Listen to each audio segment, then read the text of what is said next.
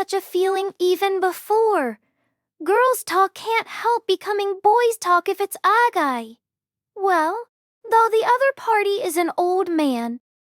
From themselves to the intimate atmosphere of Hajime and layman of a certain meaning, when Yue and the others turned complex expressions towards them without either trembling or bewilderment attached, the two people's conversation also seemed to have just ended.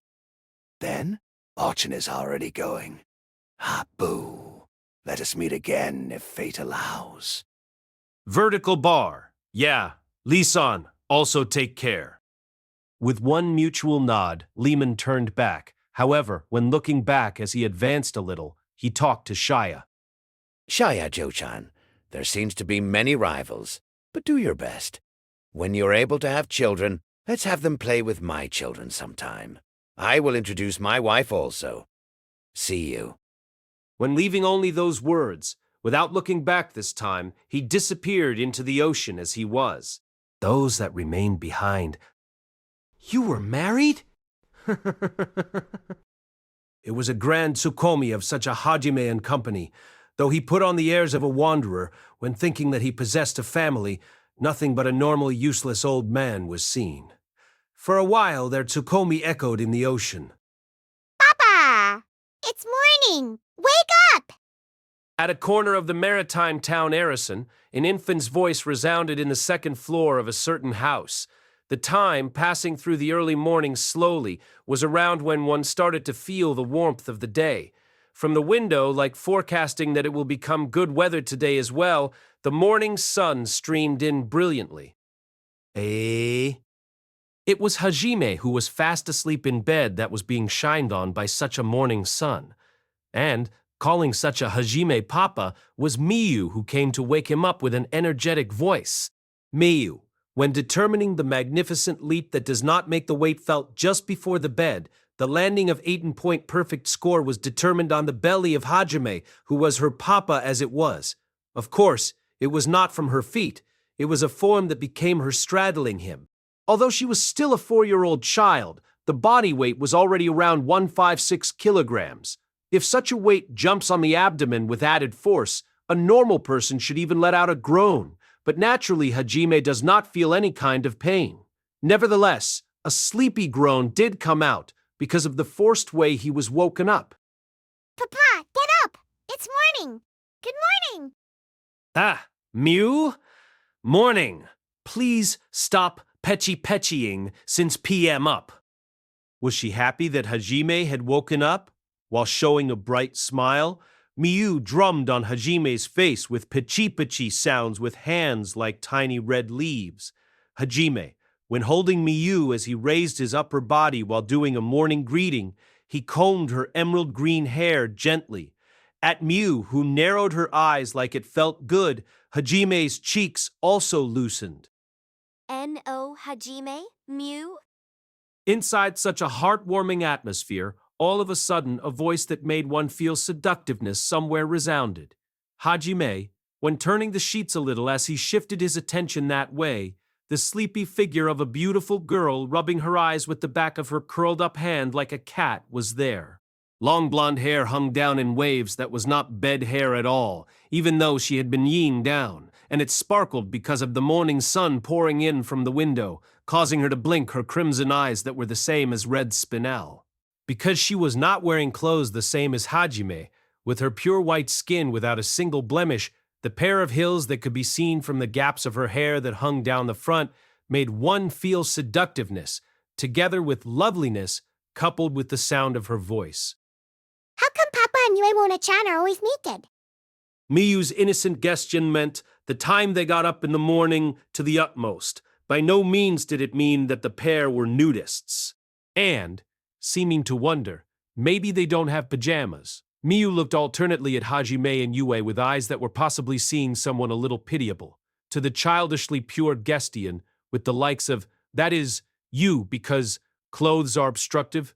Hajime, who must not have even been able to do a response that was mistaken for sexual harassment, reguested Yue to help him with a slightly troubled expression. In her consciousness, that cleared up gradually. Yue, who guessed Hajime's distress, returned an adult's template to the child's innocent Gestian. Miyu will also come to understand it if you become even bigger. You understand when you become bigger? You understand? To Miyu, who tilts her head, you avoided clearly answering by force. Miu's sex education was left to Remia, who was her mother. However, Miyu, who tilted her head to the side with an expression like she was not Guite able to agree with an UN, when looking back slowly, she let out an innocent gestion again while staring at a certain spot, and cornered mainly Hajime. Papa, also, do you know why this place became big? But Mew doesn't have this. Saying so, at a certain place, where the characteristic morning physiological phenomenon was caused, Miyu started to drum on it with her hands going peshi-peshi.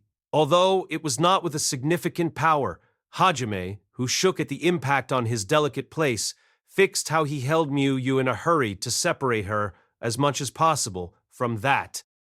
Miyu, don't touch that. Listen, it's natural for Miyu, who is a girl, to not have it. It's fine if you don't worry about it. Another 10 years, no, 20 years, better yet your whole life.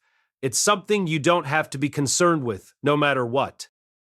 Hajime said something foolish with an extremely serious face. Miyu nodded her head with a kokuri, because it was something said by her beloved papa, even while floating in her mind. Making a somehow satisfied expression at that, Hajime again untangled Miyu's hair by combing it with his hand. Miyu also, like her gestions from just now were forgotten, started to concentrate on being satisfied by that gentle feeling. To such a Hajime, a gaze was turned towards him like feeling amused somewhere from Yue, who was next to him. In those eyes, overprotective, energetic because of the morning, and one advantage because of the morning, such feelings of this or that seemed to be contained in them. Hajime faced the other way at that. Inside, the warmth that increased a little at a time because of the light of day, that heartwarming scene continued until Remia and Kaori and the others, who fretted at the situation where Miyu did not come to wake them up, came crowding into it. Hajime and the others, capturing Marusian undersea ruins, had returned to Arisen by getting on the back of Tio, who used dragonification, because they had lost the submarine, and again 6 days had passed since they had supplied topics to the town. Since the day they had returned, Hajime and the others had been indebted to the house of Remia and Miyu throughout. The town, called Arisen, was a floating island of intertwined wood with a huge population. Since the vast sea itself becomes an infinite plot of land, the whole town became an appearance, where there is basically space made in the architecture and in the streets. Remia's and Miyu's house, also, the largeness of it was more than enough for a house with 2 people living in it, and it was a comfortable living space to the extent that even with the 5 people of Hajime and the others staying there, they did not even feel any inconvenience. Thereupon they set aside time to replenish their equipment and master the Age of God's magic that they had obtained, though half of it was a vacation mood, because Arisen had perfected seafood cooking. The wind and waves were also pleasant, and the location was very comfortable. But, nevertheless, they felt that the rest was over a little on staying the 6th day. The reason, it goes without saying, was Miyu. It was not possible to take Miyu along on the journey beyond this point. A 4-year-old girl without even any sort of power, it was absurd to take her along to the great labyrinth of the Far East. Not to mention that the 2 great labyrinths excluding Hartsina's Sea of Trees were in even more troublesome locations. One was in the Majin tribe's territory, the freezing cave of Shni Snow Field, and the other one was surely that whatever Kamiyama. For either of them they would need to go into the heart of a great power. To such a location they were absolutely unable to take Miyu along. Because of that, though they should bid farewell to this town, was it guessed somehow? When Hajime and the others tried to start that conversation, Miyu always went into ultra-spoiled child mode, and they could not easily start talking because she invoked certain kill, little girl, petition of silence. Eventually, dragging on the Age of God's magic's training and the new argument's completion, they stayed even the 6th day, even though it was a made-up excuse. Hajime, while preparing some equipment with Rensei as he sat on the pier, muttered a solid lie in seeming melancholy, the time when I had just exited from hell. Although I thought that all of this world was inconsequential, Now I was racking my brains at one farewell with a small child. At such a present state in my mind, I held complex feelings. I blame you, Sensei. To discard everything of this world, the thinking that did not dislike all of the sacrifices for the sake of just his objective had completely vanished, and Hajime used abusive language remembering his former teacher who was the impetus that led him to carrying such thoughts. However, Yue, Shia, Kaori, and Tio in front of his eyes, and seeing the smiling face of Mew who was playing a game of underwater tag with the girls. The smile he floated on his face was the opposite of his words. When it was unrelated to him, at that time if he had abandoned Mayu or if he had left Ankaji as it was, then if he left Remia alone, and if he quickly separated from Mayu, surely the girls might not have those first-rate smiling faces. Even if he discarded them, for example, though, it was separate from Yua and the others feeling unhappiness, and it might not be a cause for their smiles to disappear, but could they possibly compare to those being shown now?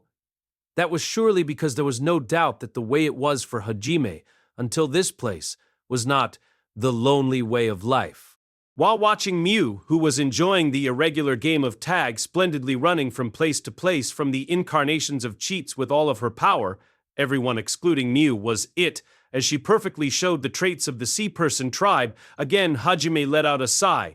From between both legs of such a Hajime that were stretched out from the pier, suddenly a person's figure appeared making a splashing sound. Having appeared dripping water from in the sea, it was Remia who was Mew's mother. Remia, who had her long emerald green hair and one loose braid on her back, was wearing a splendidly suggestive light green bikini. At first when she reunited with Miyu she was considerably haggard, but now, having perfectly regained her previous healthy body because of the recovery effects of the foul play class reproduction magic, you would not think that she was the mother of a child. No, it was so, but she was clad in her former seductiveness. The man company of the town, all of them aimed at being her second marriage partner, as she was a gentle system beauty, to the extent that one could nod even if there was a strange fan club. Of the mother and child set, she boasted a splendid figure almost equal with Tio, and the drops of water that ran off the surface of her body were absolutely bewitching. Such a Remia, who was charming even under normal circumstances, appeared between his thighs suddenly. Hajime, who was racking his brains about Mew, was inadvertently taken by surprise. Remia, as she supported her body setting her hands on Hajime's lap, she looked up at Hajime from a place that was a considerably dangerous position. However, in her face was the opposite of the position, and the body that emitted seductiveness, and in Remia's kind expression, instead it carried a color like she was worrying about Hajime.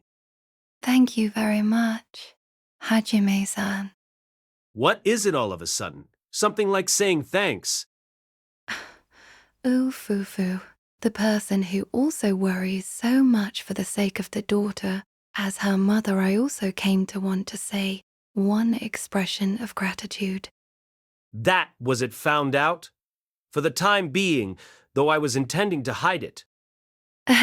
Ara, there wasn't a person who didn't know. You, son, and the others also all seemed to be thinking about it. Mew was able to meet with really wonderful people.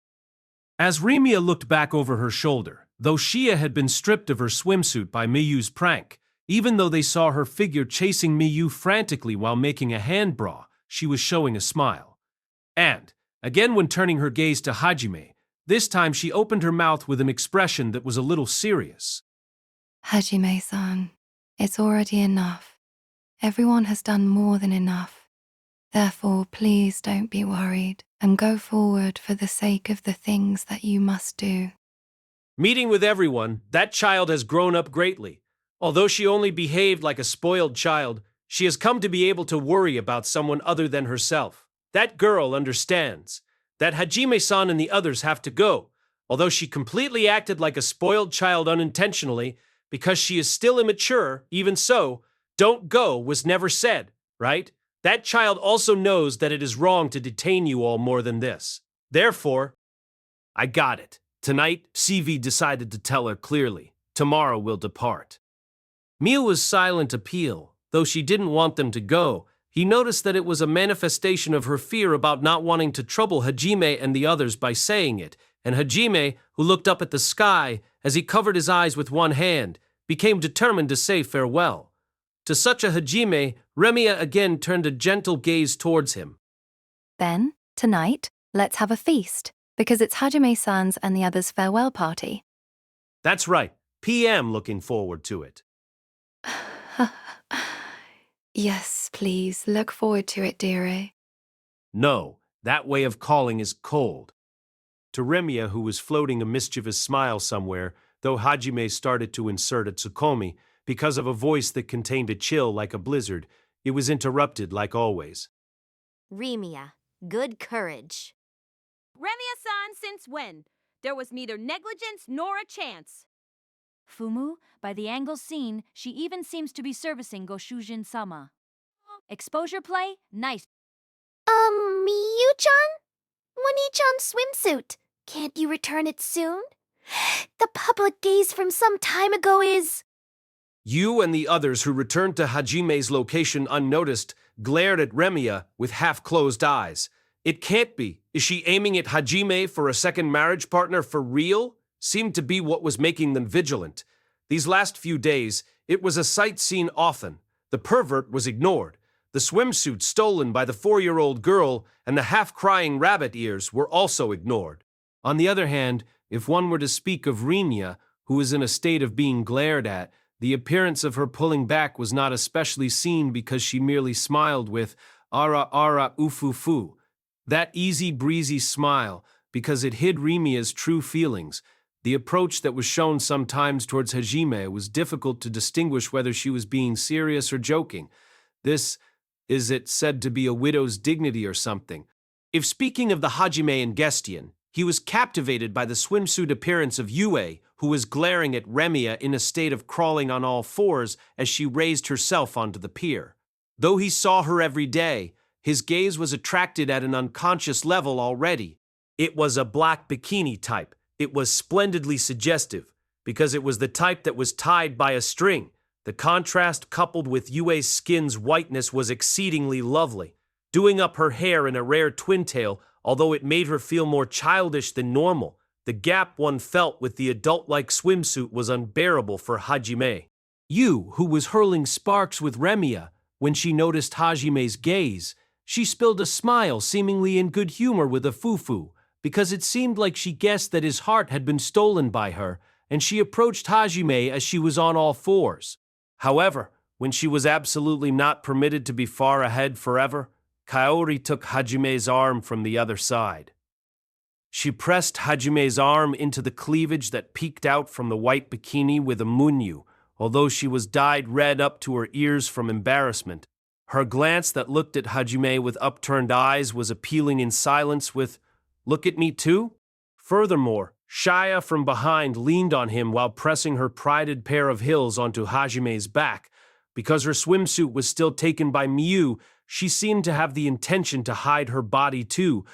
But, for Hajime, besides the first-rate softness, the characteristic feeling of the two that were touching him was a place where he was extremely troubled.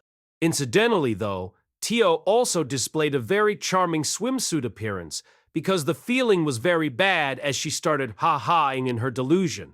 Hajime made her cool off her head by force, as he attacked with the piece of metal he was holding. That being the case, currently she had become a drowned body. Like that, to the location of Hajime, who was surrounded by beautiful women and girls, Miu came rising to the surface from in the sea.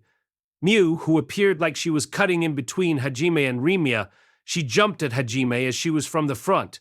To Hajime, who caught her in his arms in an instant, Miu, with taken booty, just hoisted Shia's swimsuit and placed it on Hajime's head.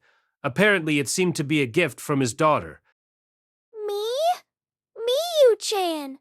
Why, such a thing is! It can't be! Was it re-guested by Hajime-san? Really? Hajime-san, if my swimsuit was on your mind, if you said so as much as you liked... Placing a woman's swimsuit on his head, a man to whom girls from all sides were presenting swimsuits, Nagumo Hajime. The water that dripped from Shaya's swimsuit with the poda was Gite surreal, coupled together with Hajime's expression that had stiffened his face. The man company who witnessed that scene were made to drop tears of blood. And to what extent did rumors spread in the area that day with the story of, be careful of the white-haired eye-patch boy, that guy's favorite dish is stripped-off swimsuits. He's a pervert that finds supreme delight in wearing them from his head.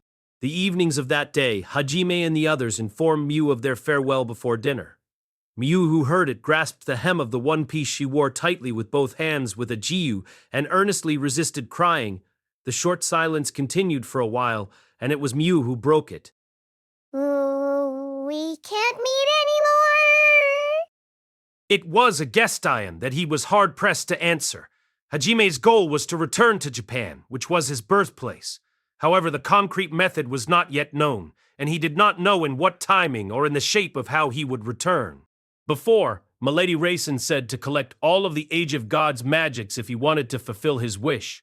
Perhaps it might become a thing where he immediately returned in that timing, because it seemed that there was no need to come back to Arisen until the end of the journey. Possibly, he could not deny the possibility that this would become the final farewell. Papa, will you always stay Miyu's papa? To Hajime, who was troubled over how he should answer, Miu piled up words before listening to the reply. Hajime met her gaze directly and firmly grasped both of Miyu's shoulders. Miu, if that is your wish. When replying so, Miu made a smile with a knee as she loosened her mouth that had been clenched to resist tears. It was Yue and the others who made a ha in their expressions. In some respects, it resembled Hajime's expression at a time when he was challenging a difficult fight, and, for an instant, they appeared like a true parent and child. Then, take care. And next time, Miyu is gonna go meet Papa. Going to meet Miyu. PM planning to go very far away. Therefore... But if Papa can go, then Miyu can go too. After all, because Miyu is Papa's daughter. For she who was worthy of being Hajime's daughter, nothing was impossible. Sticking out her chest as she seemed to be self-confident. If Hajime could not come to meet her, Miu made a declaration to go to meet him herself. Of course, it did not mean that Miu accurately understood that Hajime was going to be returning to his birthplace by crossing over worlds.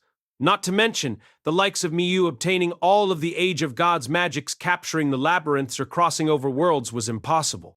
And so, it was an impossible objective to realize that came out from the child's poor conception. However, who in the world would laugh at that powerful declaration? Who in the world would foolishly discard her will? It was impossible to do. It should not be done. The words Remia said about Mayu having grown was well understood. Mayu, though it was a short time, nevertheless she came to grow, watching the reliable backs of Hajime and the others. Can such a beloved daughter be parted with now? Was it fine to part with her? No, there was no way such a thing could be done. There was no way that doing it was fine. Because of this, Hajime decided.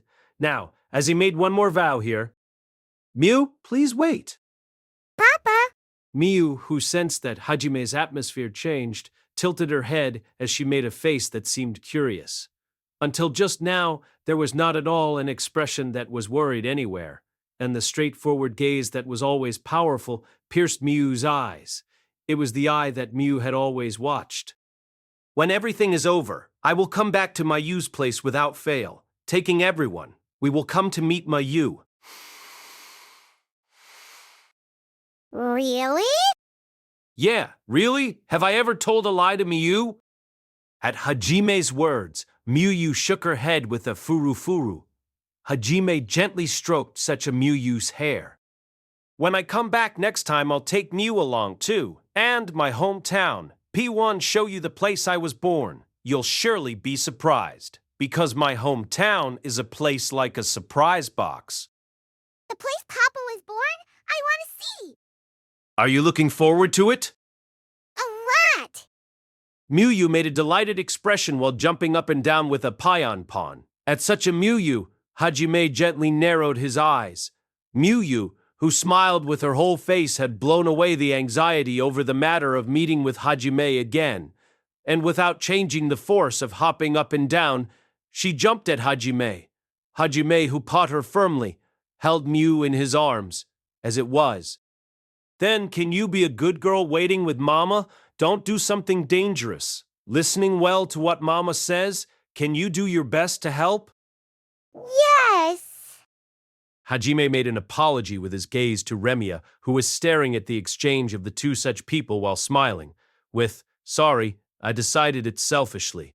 In contrast with that, when Remiya slowly shook her head, she nodded as she matched gazes with Hajime firmly, with, "Please don't worry about it. That warm gaze, there was not even a bit of the color of condemnation. Instead, it contained feelings of gratitude."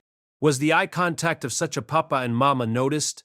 While Miu watched Hajime and Remiya alternatively, she pulled Hajime's clothes with a kui-kui. Papa, Mama too. Is Mama also the same? Ah, that's Remiya? Yes, what is it, dear? You're not saying that only I am left out, right? No, that is so, but seriously, this place is another world? Ara, Ara, to the place that the daughter and husband go. Is there any way that I won't follow? Afu. With Hajime holding the daughter, the figure of Remiya nestled close to there. It was a normal married couple. Kaori and the others cut in as if to say, "Like we'll let you," and the tumult spread. Where did the serious mood that was done in the beginning go? With Kaori and the others and Remiya unfolding a war of smiles, to Hajime, who was left out of it before anyone noticed, Yue stepped up with a toka toko. You're taking them along? "Are you against it?" When Hajime responded so to Yue's gestion, Yue shook her head, staring at Hajime with a gentle look somewhere, and replied, If it is something that Hajime decided. "Is that so?" But what about if you can't choose the timing? It was the same gestion as Hajime's concern, obtaining the Age of God's magic, assuming that he even obtained the means to return to his hometown Somavam. It was not necessarily so that he could cross over worlds at a time whenever he liked, or there was fully the possibility, too, of it becoming a situation that was different from what he promised with Miyu. If it became such a thing, Miyu's heart would surely be deeply wounded. However, when Hajime shrugged his shoulders, he turned a strong look that carried determination towards Yue, while floating a smile on his mouth. Yue also, because she just tried to ask tentatively, her mouth loosened like the reply was said that it was understood.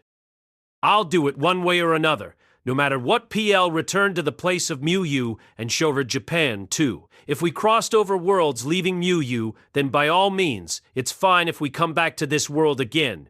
It's fine if we cross over worlds any number of times." Is that the only difference? Only that. Floating smiles that they were understanding each other, Hajime and Yue matched their gazes closely. Yue thought she was feeling happy that Hajime was able to value something to the extent that he made a vow. Hajime, also appreciating that sort of her, again filled his heart loving Yue, who was smiling at him. As always, Hajime's and Yue's combination ability, Pink Space, was invoked. Neglecting the others' tumult to Hajime and Yue, who were making a world of just two people, already Kaori and the others made amazed expressions. However, to Miyu, who was the daughter, such an ability seemed not to apply, and when she forced her way between them magnificently, she demanded to be held again to Hajime Papa. Although they made a promise to meet again, it did not change that they were separating for a while. The last night seemed to become a situation where she acted spoiled, with all her might. The next day, Hajime and the others, seen off by Miyu and Remiya, began a trip from the marine town Friesen. It's been a day and a half since they set foot once again into the world of Brown. Hajime aimed straight for the Ankadi dukedom with the help of the magical-powered four-wheeler, while great heaps of dust rose from behind. Their original destination was the Sea of Trees, but they changed directions because they thought they might be able to repair the oasis if Kaori used her reproduction magic.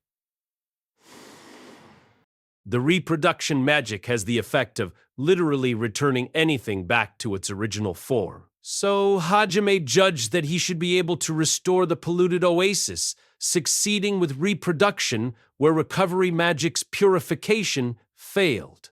Hajime had no reason to particularly object. They hadn't had a chance to try the local specialty fruits last time, so he easily took Kaori's suggestion to return. Unlike last time, the entrance to Ankaji was full of people waiting in line. A lot of big wagons lined up, and judging from the atmosphere, it felt like a line of merchants. That's a very large caravan. Will take time. They're probably bringing in new supplies? Kaori's guess seemed to be right. The reason behind the long line was from relief requests from the Hylic Kingdom. Merchants were taking advantage of the troops' movement and traveled with the Relief Corps. The Hylic Relief Corps seemed to accept the Ankaji merchants as long as they didn't cause problems. Anyway, because the oasis had been ruined, other than the stockpiled crops, it was necessary to destroy the tainted crops for safety reasons. This caused a large need for food as well as water. Ankaji couldn't afford to be choosy who they got help from. Hajime disregarded the caravan. Not wanting to wait under the desert heat, he drove the four-wheeler up to the gate without waiting in line. People of the caravan began to notice the black object and started to run, their hearts likely screaming out, "Is that a demon they're sitting in?" Towards the dangerous stairs, mixed with fear and wariness, Hajime brandished his weapon as the vehicle approached the gatekeeper in a cloud of dust. As they drew near, the soldiers saw the four-wheeler and suddenly became noisy. They moved to challenge Hajime, but colleagues who recognized the four-wheeler convinced them to approach without their weapons. As they approach Hajime, they dispatch a messenger to run back to the city. Hajime and his company left the four-wheeler while ignoring the chaos their presence caused. As always, several people are enchanted by Yua's good looks. As Hajime placed the four-wheeler back into his treasure warehouse, their eyes turned to wonder. It's like that. Has the god's apostle returned? The soldiers were relieved to see Kaori. Perhaps they recognized her from the time they had brought Ranzi back, or when they went to recover the serene stones from the Goryuen Great Volcano. It appears like the four-wheeler had become known as Kaori's transport, and they named her the god's apostle. Hajime didn't feel the need to correct them as they were not exactly wrong. Since they recognized Kaori the best, they'd put her out in front. Yes, we returned to try to purify the oasis. Please pass this on to the lords. Oasis, is it true? I'm only saying it's possible. Nevertheless, if it's an apostle, and we apologize for the impoliteness in such a place, we've already sent a messenger. I cannot leave my post, but a lord should be coming immediately to escort you if you'd like to come to our waiting area. It seems they've gained recognition for previously rescuing the country. Hajime can see the respect in the eyes of the soldiers as they gaze at him. They were getting the VIP treatment. While cautiously watching the merchants that gave him curious looks, Hajime once again set foot into the Ankaji dukedom. The Lord Ranzi ran up breathlessly after about 15 minutes of waiting. It was pretty quick arrival. At least to Ranzi, it looked like they were important. It's been a while. I'm glad you're all safe. I was worried when you did not come back after entrusting the serene stones to Teodono. It would have been troublesome if our savior had died before we could express our gratitude. I'm just a mere adventurer, but, well, I thank you. As you can see, your relief is safely received. Oh, and we finished stockpiling the food with the assistance we received, along with the reservoir that Ye made. You've bought us sufficient time. The people won't go hungry thanks to you and the merchants. Ranzi gently laughed with slightly hollow cheeks. It seemed he had been run ragged to save Ankaji. The fatigue seemed to owe zeros out in his expressions. He wasn't getting enough time to rest. Lord. As for the purification of the oasis... Apostol Dono, no Kaori Dono. The oasis is as usual. Thanks to the fresh groundwater, the purification is proceeding little by little. At least half a year, and the oasis should be completely purified. 1 year before it soaks into the nearby soil and purifies it so that we can plant again. Kaori explains that she might be able to immediately purify it. Ranzi's response is dramatic, taking a moment for it to sink in. Seriously? Ranzi spits out feverishly. Kaori shyly nods in verification while moving to hide behind Hajime, taken aback by his exuberance. The distraught Ranzi corrects himself, then asks for the purification politely. Since that was their intention anyway, Hajime nodded and Ranzi led them to the oasis. The oasis is not very popular right now. In the past, it was a crowded place where people relaxed. Ranzi was expressionless, but gave off a lonely atmosphere as he remembered the former oasis. Kaori moves up to the shore of the oasis and begins to cast reproduction magic. Although Hajime had obtained the reproduction magic, as usual his aptitude for it was virtually nothing. However, in the case of Shay, it seems there is an automatic recovery effect, but it had to be activated consciously. Also, her physical and mental strength seemed to recover far faster. Steadily, Shay is becoming even more superhuman. Along with her proficiency levels, body weight manipulation, and body strengthening, she has come to be like a heavy tank with automatic recovery installed. The one with the most aptitude was Kaori, followed by Teo, and finally Yue. In the case of Yue, as usual, as a consequence of her own special auto-regeneration, this magic seems to have a poor recovery in comparison. On the other hand, for the healing Kaori, her high aptitude for recovery magic seems to lead to her having a strong grasp on reproduction, allowing her to use it more comprehensively and efficiently than anyone else. It's a bit sad that Yue won't be able to use it to improve her combat prowess. Kaori's begins to chant. It's a long cast. It initially took her 7 minutes, but after practicing she was able to bring it down to 3. Since it only took her a week to learn it, it was practically a cheat. However, since Yue was present, it was hard to truly call her a cheat in comparison. Compared to Yue's abilities, this seemed easy. Stopping elephant. In the next moment, a pale light resembling a firefly appeared, and then fell into the middle of the oasis. The entire oasis started to shine, and pale light particles began to bubble up to the surface and float into the sky. It was a majestic scene that touched the heart. It truly felt like the corruption was being purged by heavenly light. Everyone forgot to breathe as they admired the sight. Even after the mysterious glow covering the oasis floated away into the sky, Ranzi stood without a word, immersing himself in the afterglow. While supporting Kaori, who was swaying a little from exhaustion, Hajime taps Ranzi. Ranzi snaps out of it and orders his men to survey the water duality. His subordinates hurry to examine the oasis with detection magic. After making a hard swallow, Ranzi watches over his men, whom upon finishing their inspection report their results with expressions of disbelief. It's recovered. Repeat that. The subordinate adds words of confirmation, and Ranzi sucks in his breath, now knowing the truth. No abnormalities in the oasis. Itis, the original oasis. It has been completely cleaned. At that moment, Ranzi and his subordinates cheered in unison.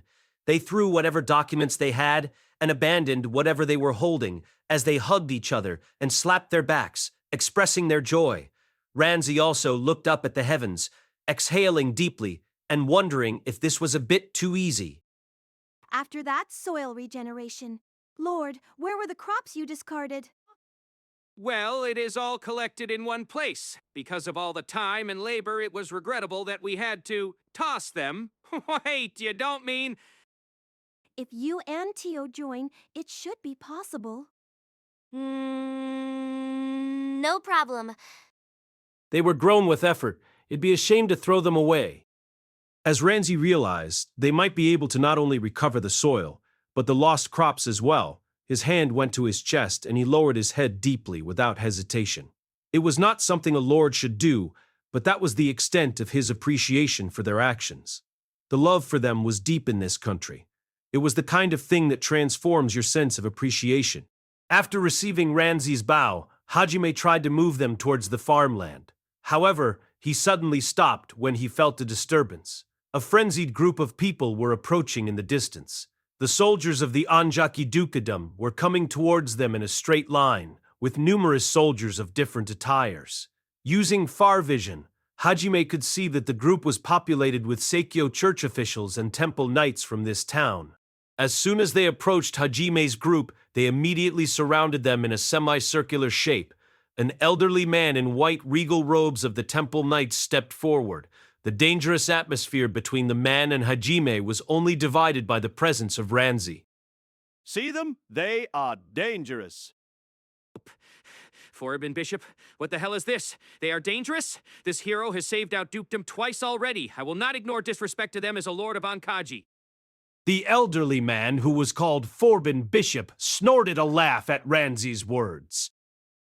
Hero, hold your tongue. They are already accredited heretics. Careless words will come crashing down around.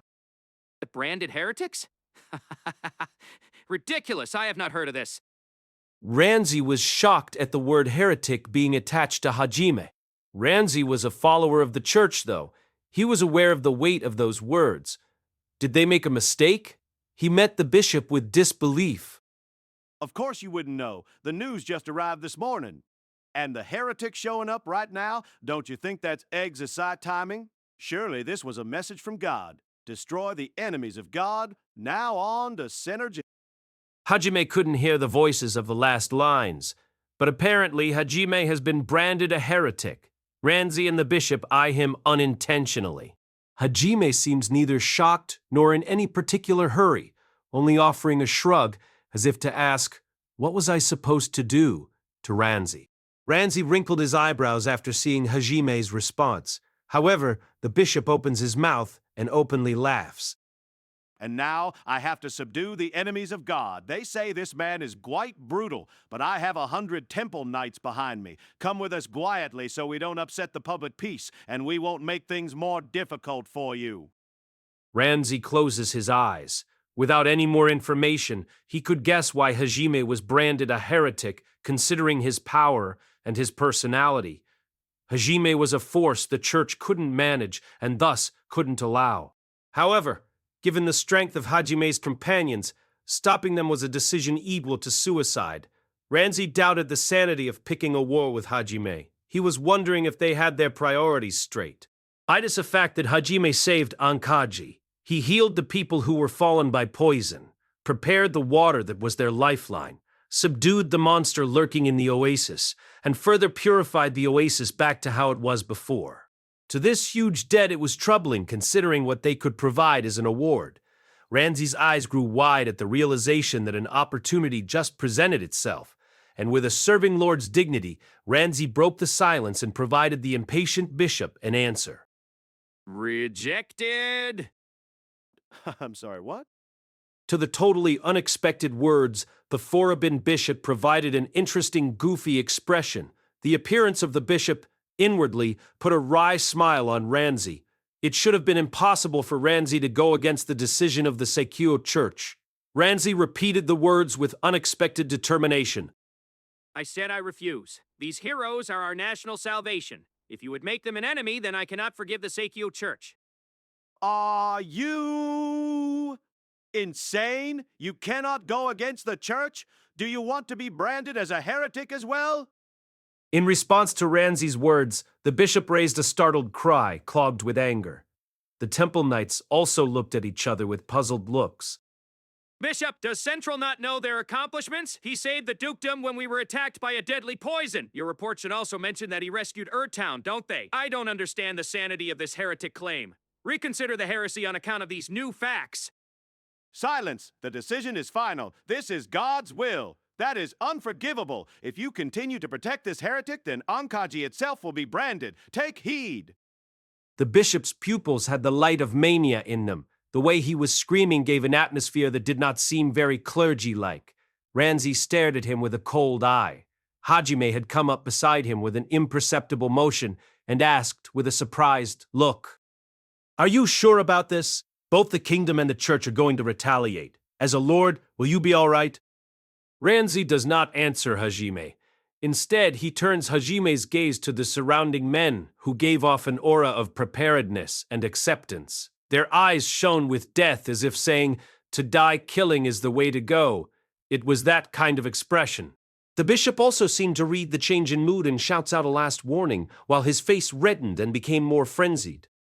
Is this your answer? Public, your way ends here. Well, your way is not. This is the end for anyone who gets in my way. You'll receive God's divine punishment and fall to ruin.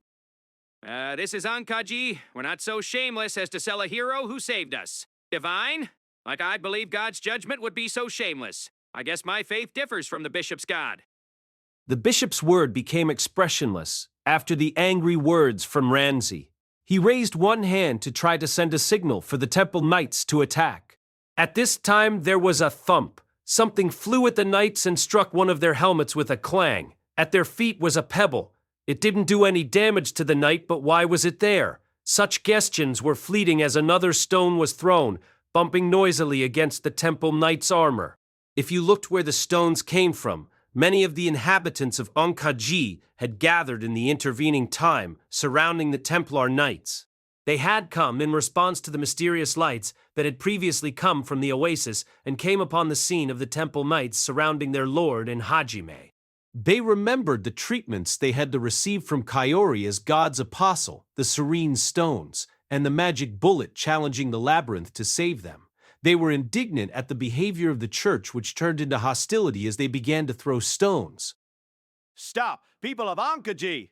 They are God's enemy, heretics! You are going against the will of God. Foreman is shouting loudly, trying to solve the excited inhabitants' misunderstanding. They just didn't know that Hajime was labeled a heretic and will relax once the bishop explains things to them, or so the bishop thought. In fact, the words of Seikyo Church Bishop caused the inhabitants to stop throwing stones and look at each other in confusion. This time, Ranzi spoke out with dignity. My beloved people, listen! I was just informed that the oasis was purified.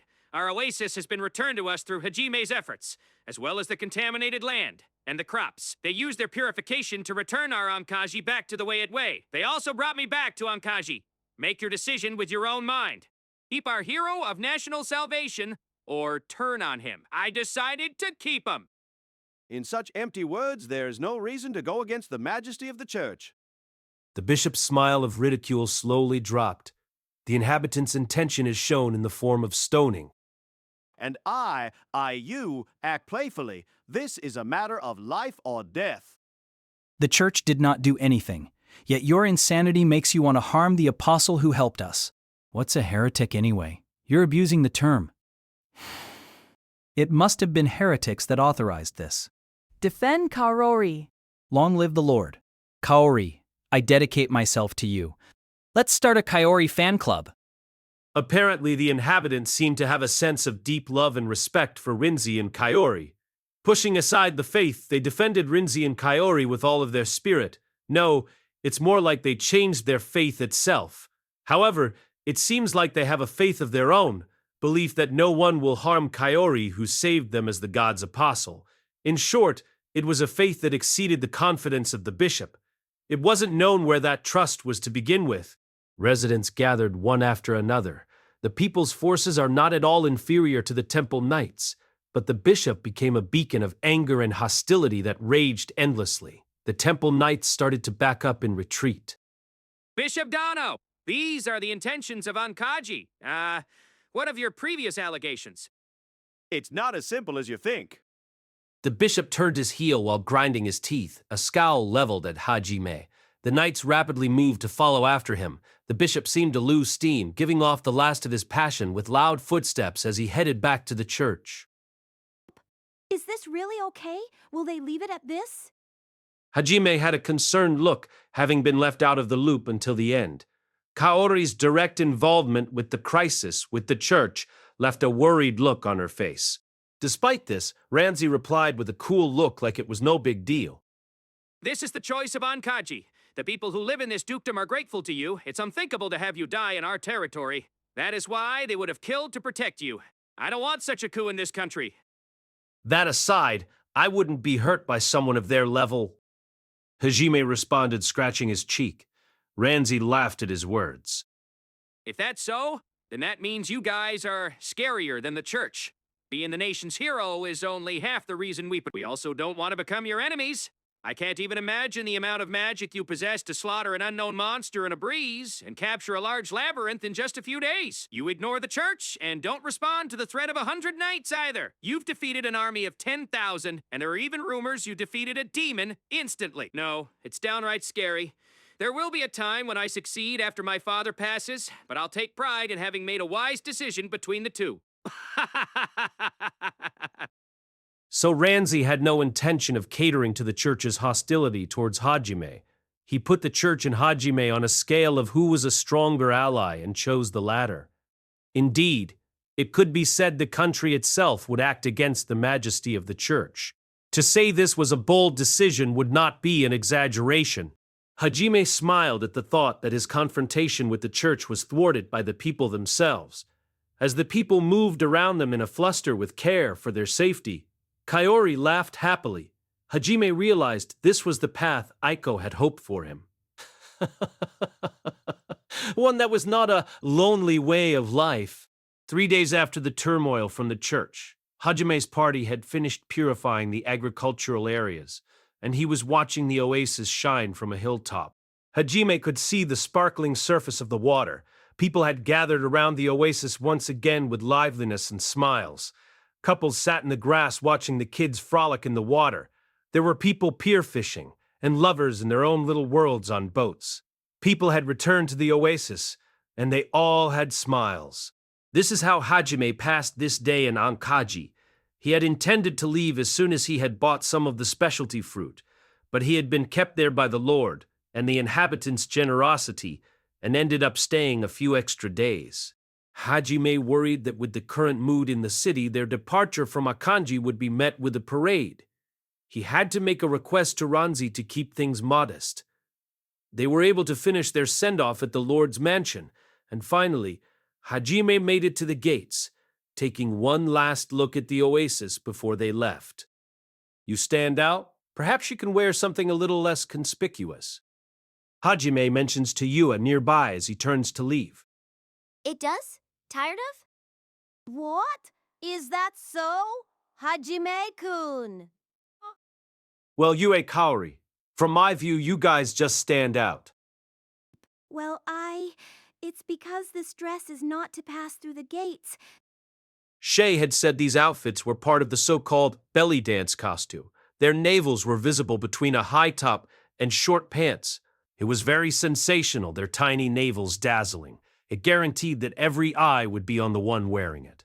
It seems like a common way of dressing in Ankaji. When Yua received the gift from a lady of the manor, she immediately began wearing it to show off. Upon seeing Yue in it, Hajime's eyes became like a wild beast's. Apparently, Hajime seems to be weak to that kind of costume. His eyes were glued to Kaori once she started wearing it, prompting Shay and Tio to do the same.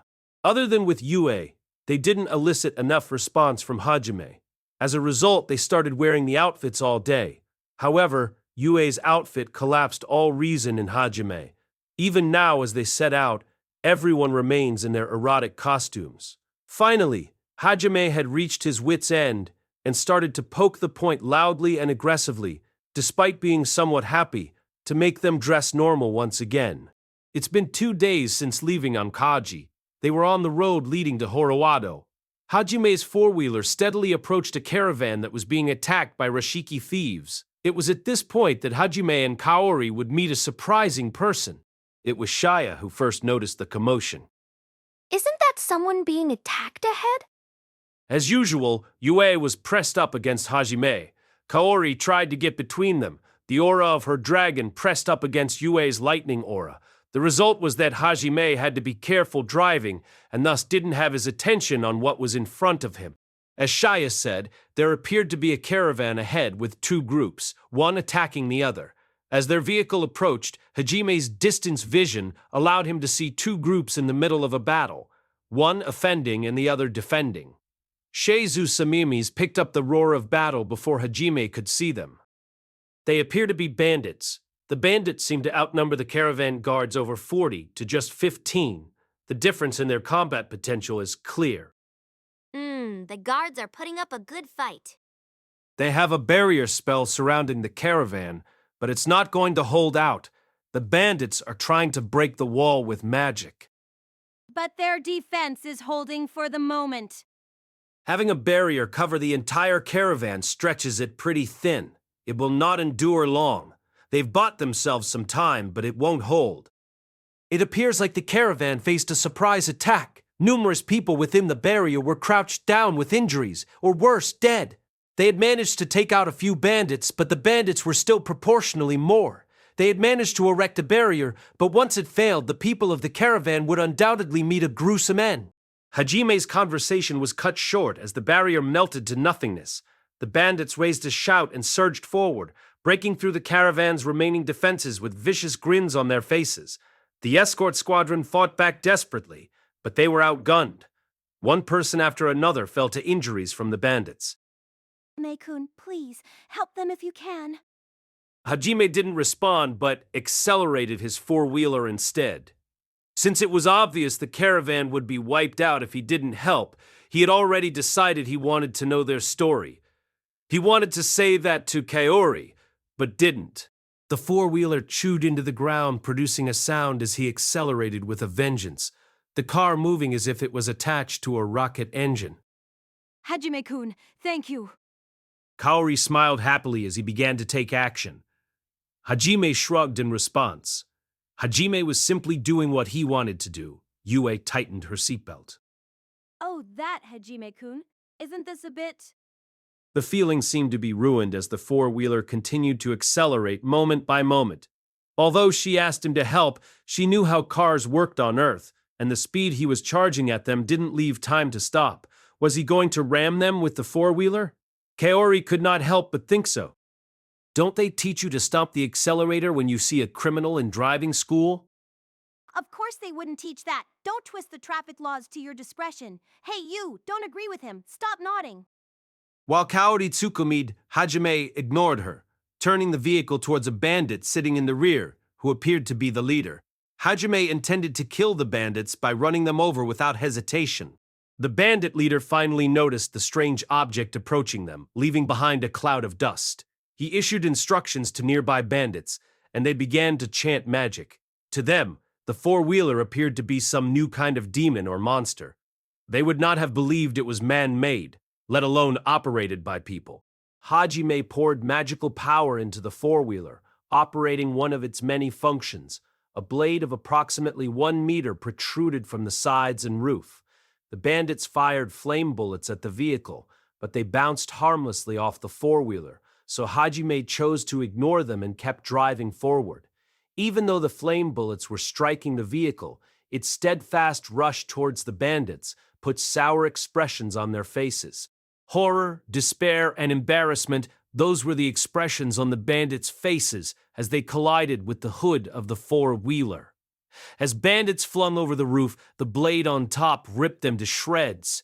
Some tried to jump to the sides to avoid the blades and were blown away instead. At 80 kilometers per h, anyone who was lucky enough to miss the blades ended up with shattered bones and ruptured organs.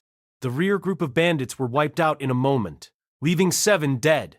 After taking out the rear bandits, Hajime spun the car, putting it into a drift. The area became a slaughtering ground as the four-wheeler cut into the bandits, leaving the surviving members of the caravan staring with stunned looks. Bandits and caravan guards in close combat suddenly stopped to stare at the scene.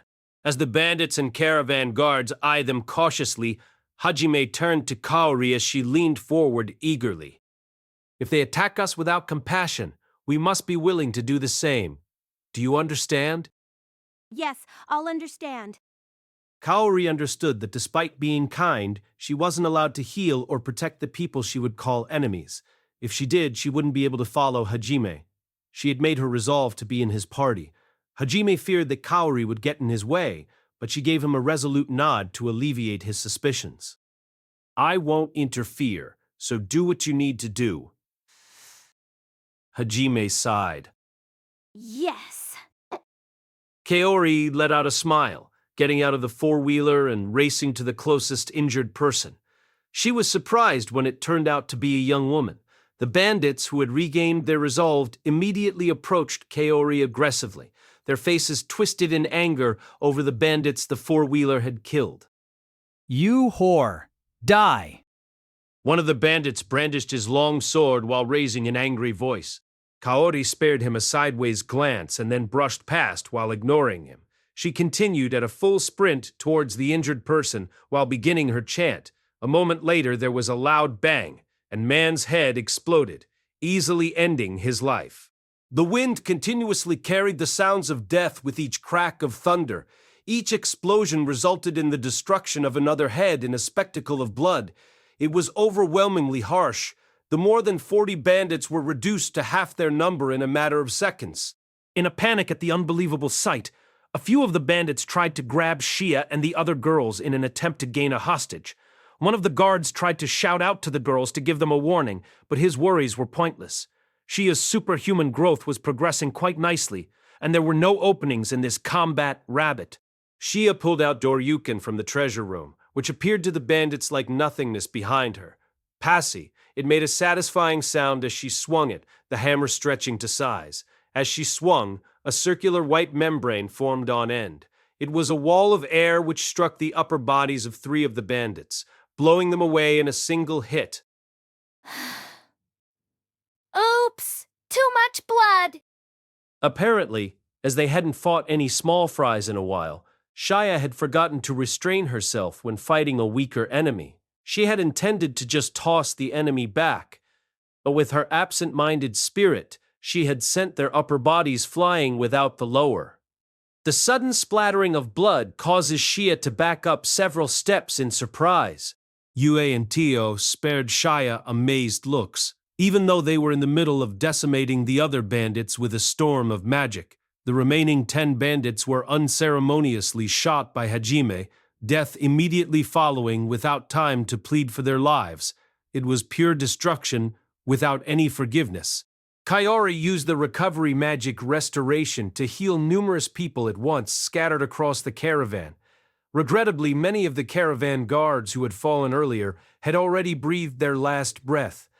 Even reproduction magic could not help bring them back from the dead. As Hajime approached Kaori, a person raced up to her quickly. The stranger was small-statured, their face hidden with a hood, causing them to appear suspicious. However, Hajime knew this was the person who had kept the barrier up to desperately protect the caravan. None of the caravan guards got in Hajime's way as he approached them. Kaori! The hooded person threw out her hands and used her momentum to leap at Kaori while calling her name in a pretty voice. Kaori didn't hide her astonishment, muttering the name of the person in the process. Lily? After all, it is Lily. That barrier looked familiar. I didn't think I'd find you in such a place, but I suspected. It appeared Kaori recognized the hooded person as Lily. Rather, Liliana S.B. Heilig, Harihi, the 3rd princess of the Heilig Harihi kingdom, was the person in the hood. Liliana hugged Kaori with relief, offering a glimpse of her big blue eyes and apparent beauty hidden by the hood. Her eyes squeezed shut as she began to cry, speaking to Kaori quietly between sobs. I also did not think I'd find Kaori in this place. It is good fortune. It seems that I haven't exhausted my luck yet. Lily, what's wrong?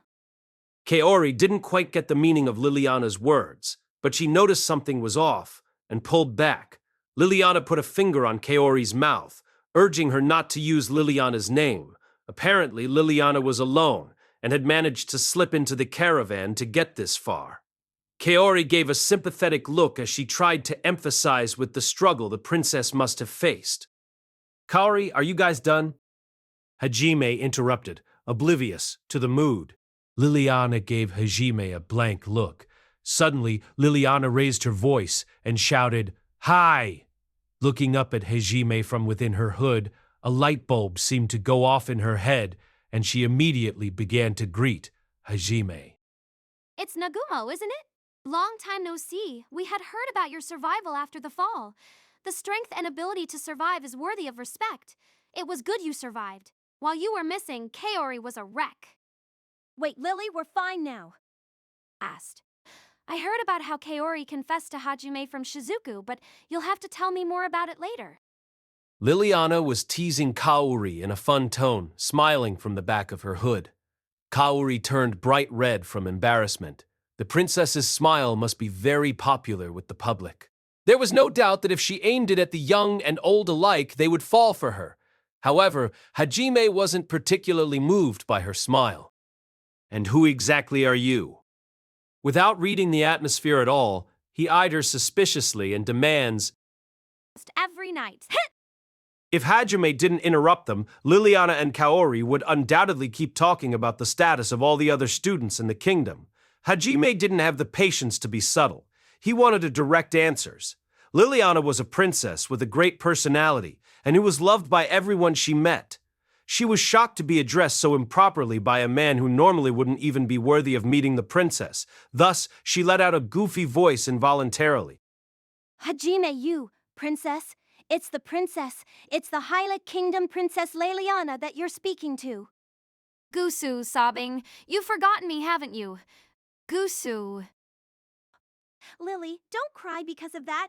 Hajime-kun is kinda whatchamacallit. He's special. No one normal would forget Lily. So you don't need to cry. Hey, can you not say those rude things so casually? Hajime sighed. Since Liliana's watery eyes looked quite terrible, Kaori was desperate to comfort her. Hajime involuntarily tsukumied. However, Kaori gave him a dirt look that said, "Be quiet right now." Meanwhile, Liliana was explaining, "No, it's okay, Kaori. It just hurt my pride a little." Across the board, the conclusion from the conversation seemed to be that Hajime was wrong for having completely forgotten who Liliana was. With the atmosphere already delicate, a man from the caravan approached them. It's been a long time. It looks like you're in good health. From Health Drinks. Really? A health drink? A company that can make that must be a famous and wealthy company. Can you give me their name? Oh, no, never mind. But how are you, Matu? Yeah, I'm glad you remember Motto from the Junker Trading Company. This is the second time you helped us out of a dangerous place. It looks like we were fated to meet again. Todd laughed and shook Hajime's hand. It seemed like the leader of the caravan was the man they escorted to Furen from Brooktown some time ago. Hajime also remembered when his commercial spirit got the better of him and Hajime had to put him in his place. Hajime had learned a bit about human nature from the man named Moto. Although it seemed like Moto's commercial spirit hadn't declined in the slightest, he casually touched Hajime's ring of storage as he let go of his hand. His eyes weren't laughing but seemed to ask, "Are you sure you're not going to sell that soon?" Maybe it was just Hajime's imagination. Shia explained to Kaori and Lily their relationship with Moto. A random person you met only once you can remember, but a princess? Lily became even more depressed, and Kaori struggled to comfort her, in spite of the story she just heard. As Moto told it, they were heading to the Ankaji dukedom via Horuado. The plight of Ankaji had already been known, and as a merchant he was ready to head out there to earn a profit. It seemed that he had already been out there once, and this was his second journey after a stop in the imperial city. From the look on his face, it was clear they were making big profits. Hajime explained that they were heading for the Sea of Trees after a stop in Huruado. Moto begged them for an escort until they reached Huruado. However, before Hajime could answer, Liliana put a stop to it. I'm sorry for interrupting you, merchant. I must speak with you for a moment. Thank you for transporting me this far. I'm sorry for my selfish request, but I won't be joining you the rest of the way to Horuado. Oh, you're not heading to Huruado anymore? Yes, this point is fine. I will of course pay for the entire trip. It seemed that Liliana was taking advantage of the caravan to make it to Hoawado. Having met Hajime on the way, she no longer felt it was necessary. At the point, Hajime received a tap on his shoulder, and Kaori whispered in his ear. Don't be cruel to Lily anymore. She gave a silent plea with her eyes. Is that so? Well, it's been a pleasure. Don't worry about the money. Huh? No, why? Mato had refused to receive money, which confused Liliana. The caravan had provided bed and food along with an escort. Coming from Mato the merchant, those words seemed completely unexpected. Liliana gave Mato a troubled smile. Don't trouble yourself too much on it. But here's some advice. Typically, a caravan will charge extra passengers before they depart. To not have to pay before you leave typically suggests they're up to something, or don't plan to charge you in the first place. This is the latter. Is that so? I don't know what your circumstances are, but since you're traveling alone, I assumed it was serious. During a crisis, if a merchant such as myself helps, then in the future the people of this country may find confidence with this merchant. Liliana realized that Moto knew her identity from the beginning. He pretended not to know her so he could help without drawing attention. Then, at least I should offer a token of my appreciation. Without your help, I never would have made it out of the Imperial City. The thing you want most is often the most difficult purchase for a merchant, you know? No, I don't know. It's trust. May. Trust? Yes, a business without trust can't thrive and never will make a profit. However, to help a young lady out in a serious situation, The Yunker Trading Company might become known as a company you can trust. Your fare will be paid, no matter. Liliana held a wry smile at the words he spoke. If you use money unreasonably, it's synonymous with a lack of trust. There were some contrary feelings welling up in Liliana. Eventually, she gave up on them and took Mato's goodwill straight on. Your trading company is truly worthy of relying on. This High-like princess will never forget your kindness and dedication. Thank you. Your words are wasted on this one. Moto bowed deeply with respect. Then Moto turned, leaving Liliana and Hajime on the spot as his caravan headed down the planned route to Horuado. He left in a manner of knowing that he'd receive his own heretic certification for aiding the princess. He had already received the information that the Ankaji dukedom had recovered thanks to Hajime. Hajime could only guess why he chose to help in this manner. He supposed Moto would say he did it to earn favor for a better tomorrow, the slogan of a genuine merchant. After Moto had left, the remaining party headed off in the magic four-wheeler, while Liliana began to explain her story. Liliana's expression was full of tension and impatience, which gave Hajime a foreboding feeling. Finally, she began to speak. Ayako was kidnapped. Hajime sensed that there was more to it than that, to summarize Liliana's story. Recently, the mood inside the royal palace seemed more uncomfortable than Liliana remembered. The king committed himself to the Seikyo church more fervently than he had ever done in the past. The prime minister and the other leaders also seemed to get caught up in his fervor, their belief strengthening unreasonably. If it was just that, but there was also the fact that one after another, everyone seemed to fall in line with the church. Their collaboration was enhanced like never before. Liliana kept telling herself it was her imagination. The discomfort didn't stop there. Everyone seemed oddly devoid of any ambition. She had attempted to talk with knights and soldiers she knew, familiar faces, and they all responded properly, but their responses seemed mechanical, maybe even something like an illness. She even tried to consult with Mel, the one knight she had the most trust in, but he always was kept out of sight and busy.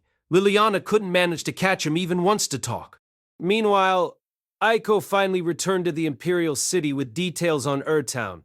Liliana seemed to have been present at the time. Suddenly, an abnormal demand was made. It was the call to make Hajime a heretic. Credited with saving the objections and opinions of Aiko, who boasted great name recognition and popularity as the fertility goddess, were completely ignored. The conclusion seemed unreasonable, and Liliana had been a fierce protester, although her father didn't budge no matter what she said. His stubbornness seemed to border on obsession. Instead, Liliana herself was accused of having a lack of faith, and her father started to see her as an enemy rather than a daughter. Liliana pretended that they had convinced her, and then immediately made plans to run away. She wanted to discuss what was going on with Aiko first. Liliana knew that Aiko was planning to meet the rest of the students to discuss the events around Hajime Fall at dinner, so she wanted to meet her beforehand and discuss her fears. She had been approaching Aiko's room when she heard her arguing with another woman in the corridor. When she peeped around the corner, she saw Aiko unconscious and in the hands of a woman with silver hair wearing a church frock. The woman made Liliana afraid, and she immediately dashed into a nearby hidden passage, only known to the royal family. Although the silver-haired woman had noticed and looked for her, she didn't notice the hidden passage itself and left Liliana in peace. Liliana was convinced that the silver-haired woman was the mastermind behind all of this, that everything was connected, and that she needed to tell someone. However, since Aiko was ambushed, it stood to reason that the students were being watched. She also didn't know Meld's whereabouts. Then she remembered that one of the students, a dependable friend, wasn't in the capital, so she decided she had to find Kaori. She had heard the story that Kaori was with Nagumo Hajime. That means it wouldn't be just the two of them she could rely on. She escaped in a hidden passageway with the plan to head to the Ankaji dukedom. Based on the news that Ankaji was recovering after a public emergency, it seemed like there was a high probability the person responsible was Hajime and company. And after that, I was allowed to travel with the caravan of the Yunker Trading Company. I did not think I'd get noticed, let alone find myself getting attacked by bandits, or that I'd be helped by Kaori, not even in my dreams. A little while ago did not, but it was scary. The church? What is happening? The nun with that silver hair, my father. Liliana hugged her body, trembling with fear. Rather than the talented princess she usually was, she just looked like a scared girl. Although that was no wonder. All the people she knew were turned into strangers, and she was afraid she'd be next. Kaori hugged her tightly, trying to ease the fear that dug into Liliana's mind even a little. Liliana's story reminded him of the Marusian underwater ruins and the scene they had been shown in the end. The people had been built into a fervor with their belief in God. This was very truly a dangerous situation. He didn't know if those visions were true. Could it be happening? No. Rather, they should get the God-level magic quickly and leave this world as soon as possible. However, Hajime couldn't make the decision immediately, as he had to consider Aiko-sensei. Most likely, what Aiko was going to tell the students was true about their being brought to this world to fight for the gods' amusement. They like to use people as pawns, and her words would have put a wedge of suspicion that would have inconvenienced them. It seems Hajime's theory was spot on. For them to decide to kidnap Aiko, it must have been Hajime's fault. They probably don't want to kill her, but the people who take pleasure in manipulating everyone like a hand puppet might decide to eventually make use of her. Hajime was indebted to Aiko for the advice that she gave him. It's not as bad now that he is not alone. For that reason, we're going to help my teacher. Hajime chose to save rather than abandon the one that needed him. With those words, Liliana raised her face in hope. She wore an expression of relief over the fact that he'd come back with her to the city. She had heard that he was indifferent towards his classmates in this world, and she had feared he would have abandoned them. She expected that convincing him to go would be difficult. You really will? Liliana asked for confirmation, but Hajime only shrugged. Please do not misunderstand. It's not because of your kingdom. It's for my teacher. She's been kidnapped because of me. I have to take responsibility. For Aiko. Liliana was a little discouraged when she realized that Hajime had no plans to lend his force to the kingdom, but she had some hope that he'd change his mind on the way. Despite his harsh words, she still broke into an involuntary smile. Well, in the process of helping my teacher, I might end up aiding the kingdom by accident. Fufu, I hope that is the case. I thank you, Nagumo. Since the woman who had kidnapped Aiko was wearing a frock of the church, and since the king was listening to the church to an abnormal degree, likely the church was the cause of all these problems. The church would likely get in Hajime's way, and they'd end up as his enemy. Helping Aiko and the fixing the kingdom seemed to be one and the same. By helping Aiko, Hajime would help Liliana. Liliana shared a smile with Kaori, causing Hajime's mouth to distort a bit. In addition to saving Aiko, Hajime had another purpose. It's the Kojiri, spirit magic, in Kamiyama. From what they had heard from Milady, Kamiyama is also one of the 7 major labyrinths. However, whether there is a large labyrinth entrance hidden by the church, Hajime had no clue. It was still worth a check, although the church officials would likely get in his way. So even though he had originally planned on going to the Sea of Trees, he now had a good reason to go for Kamiyama. And, in the process, he'd rescue Aiko, with the likelihood of a fight with Church very high. If he attacked the head temple, maybe that's all he'd need to get the Kojiro, spirit magic, or so he thought. With regards to the silver-haired woman, Hajime mentioned that he thought he had seen a silver-haired person in the visions given to them in the Meljin underwater ruins. On the luxury liner, there was a woman in a hood who disappeared, and they most certainly had silver hair. Yes, they had. Hajime couldn't guess if it was the same person. The age was too different. However, there was a feeling from the beginning. Something to do with this woman with silver hair. Hajime's fighting spirit burned. He would stop them no matter who the other party was. He'll kill anyone who gets in his way. He puts on a ferocious smile like that of a wild wolf. Hajime, nice. Hajime, your face looks a little tight. Thank you for showing me such a vicious look. You're making me wet. The atmosphere between Hajime and the girls was anything but subtle. Liliana blushed at the sight. In a room where the only light source was produced by the moonlight rays, causing a contrast of black and white from the narrow great window, a simple and plain room can be seen. It's only around 6 tatami mats in size with a small desk, chair, wooden bed, and a simple toilet. If compared to Earth's prison cells, it's obvious that this is much worse. In such a bad prison, sitting on the bed in the corner is Hatanaka Aiko, who is currently burying her face in her knees. It's been 3 days since Aiko was brought to this room. Due to the bracelet artifact worn on her wrist, Aiko could not use magic. Still, though she tried to escape at first, as expected, it wasn't possible to pry open a steel door with her physical strength alone. Moreover, the opening of the great window is only big enough for one of her arms to just barely pass through. Even then, the current room's position is at the very top of an expensive temple. It is the vertical bar Kamiyama Vertical Bar God's Mountain Temple. Even though it should be impossible to reach the ground safely, there are members of the church standing on watch. In such a position, while worrying about her students' safety, Aiko, who cannot do anything, is dejected and gloomy. Her already small body stature becomes even smaller on the bed. Aiko, while looking up, muttered slightly. She remembered what the nun with the silver hair had said to her as she was kidnapped. Aiko's thoughts. If what she heard from Hajime would become an inconvenience when told to Kuki and them, it's obvious who the master that she spoke of is. And it appears that they've taken interest in a student as well. Aiko's mind became filled with unspeakable uneasiness, recalling the events of Ulu Town where Hajime's group repelled the demon army, where one of her students lost their life, Yukitoshi Shimizu. Possibly, again, another student will. With these thoughts in her mind, Aiko became more anxious. Being confined in this open room, she tried to think about things that she could currently do. If she settled down and looked back calmly, the royal palace felt too unnatural and covered with a thick sense of incongruity.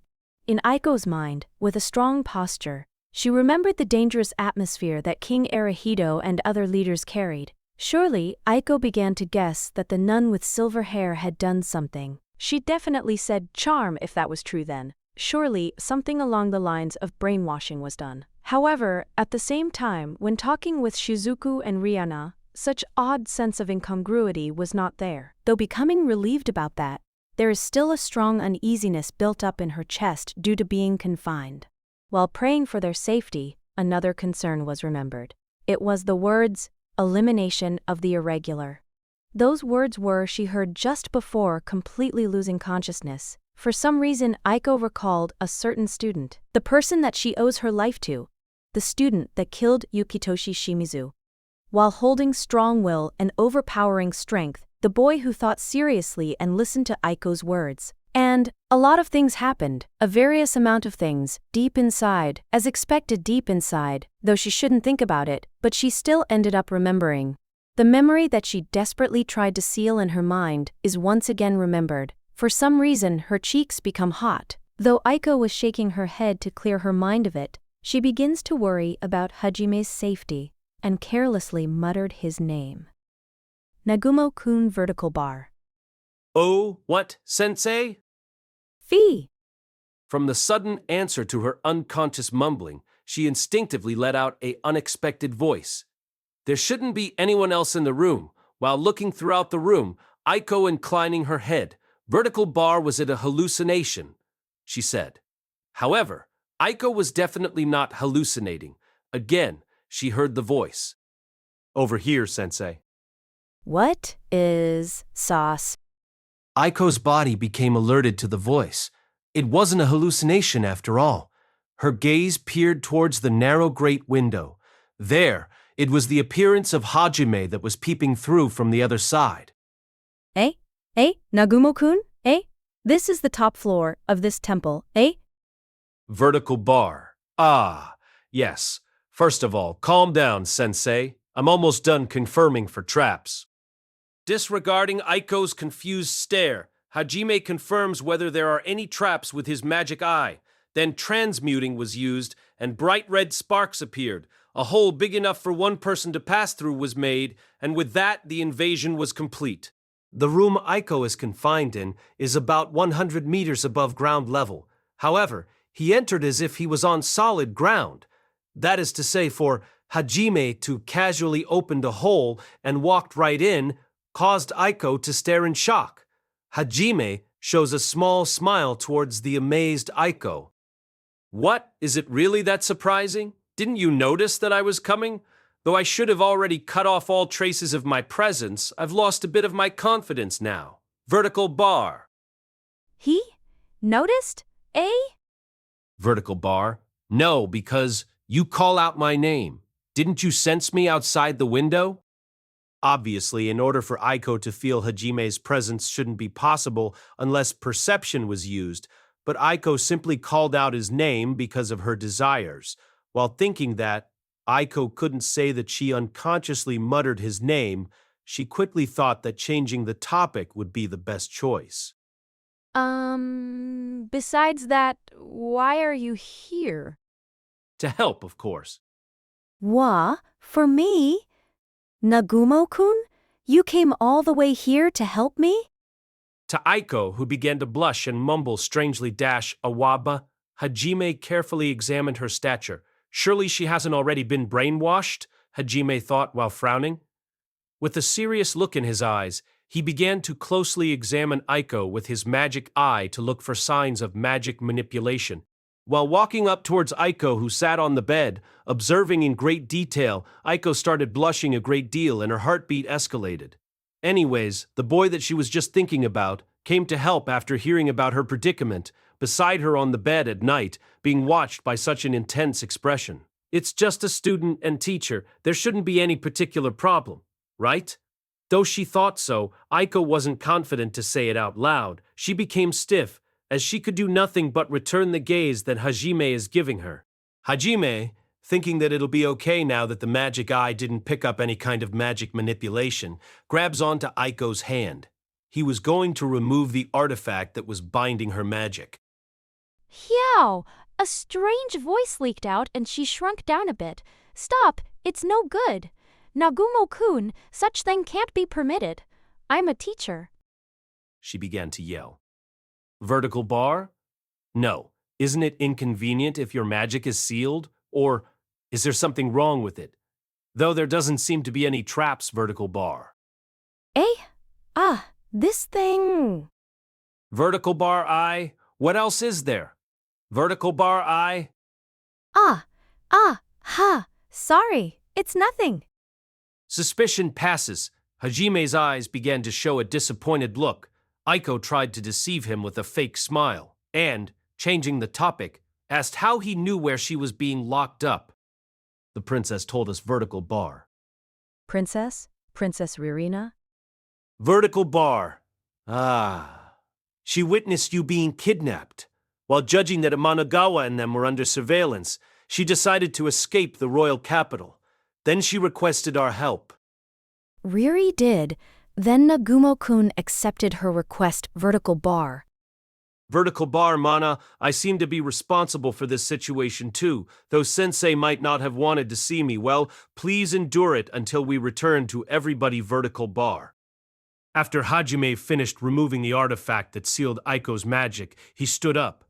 Aiko predicted that Hajime's last line was about Shimizu's death, and Aiko's eyes looked straight at the dubious Hajime, then began saying what she truly felt about it.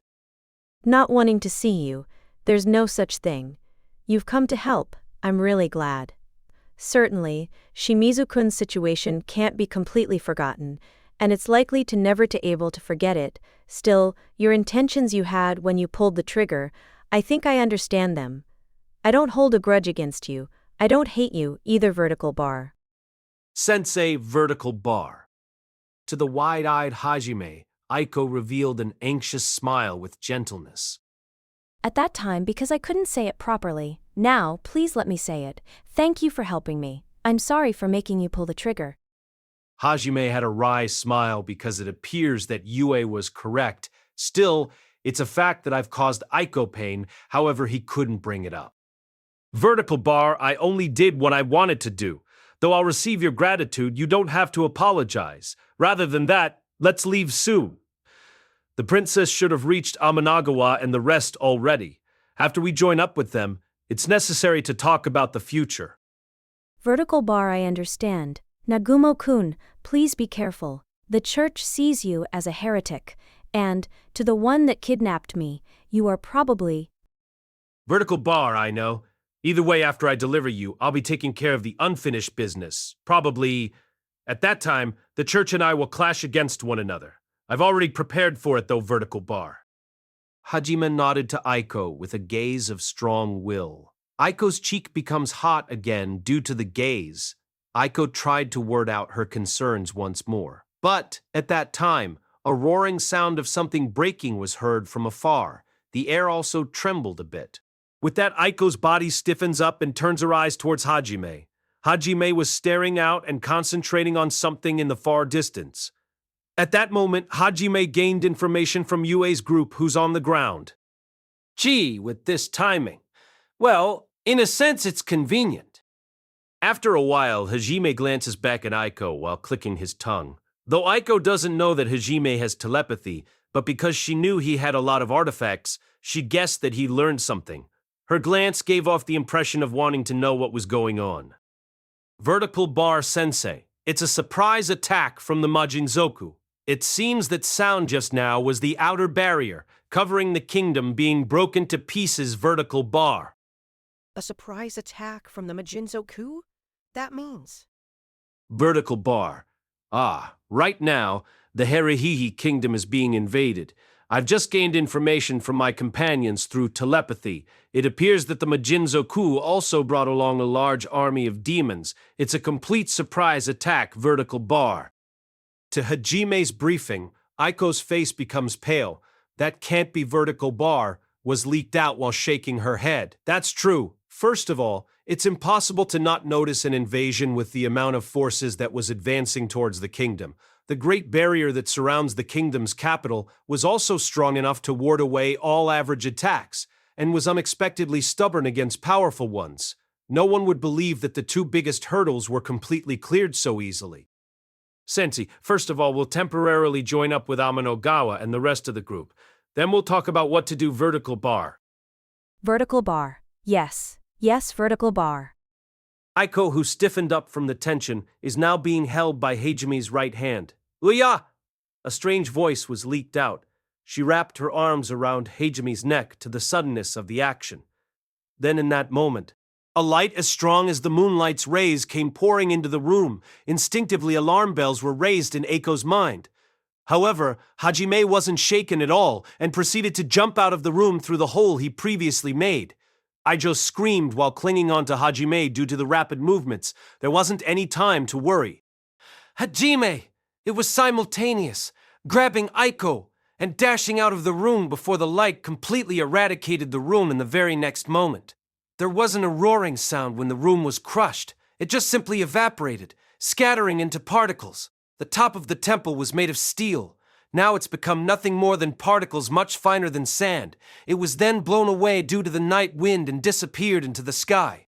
To the specific phenomenon, Hajime, while using aerodynamic to stand in the air, opened his eyes wide and muttered, "Was that decomposition?" Nicely answered, irregular vertical bar. To his short muttering came an unexpected answer, a voice resembling the ringing of a bell, however. It was cold and void of all emotions. When Hajime turned his glance to where the voice sounded, there, a woman with silver hair and blue eyes glared at Hajime from the nearby rooftop. Hajime then guessed that this was the woman that kidnapped Aiko.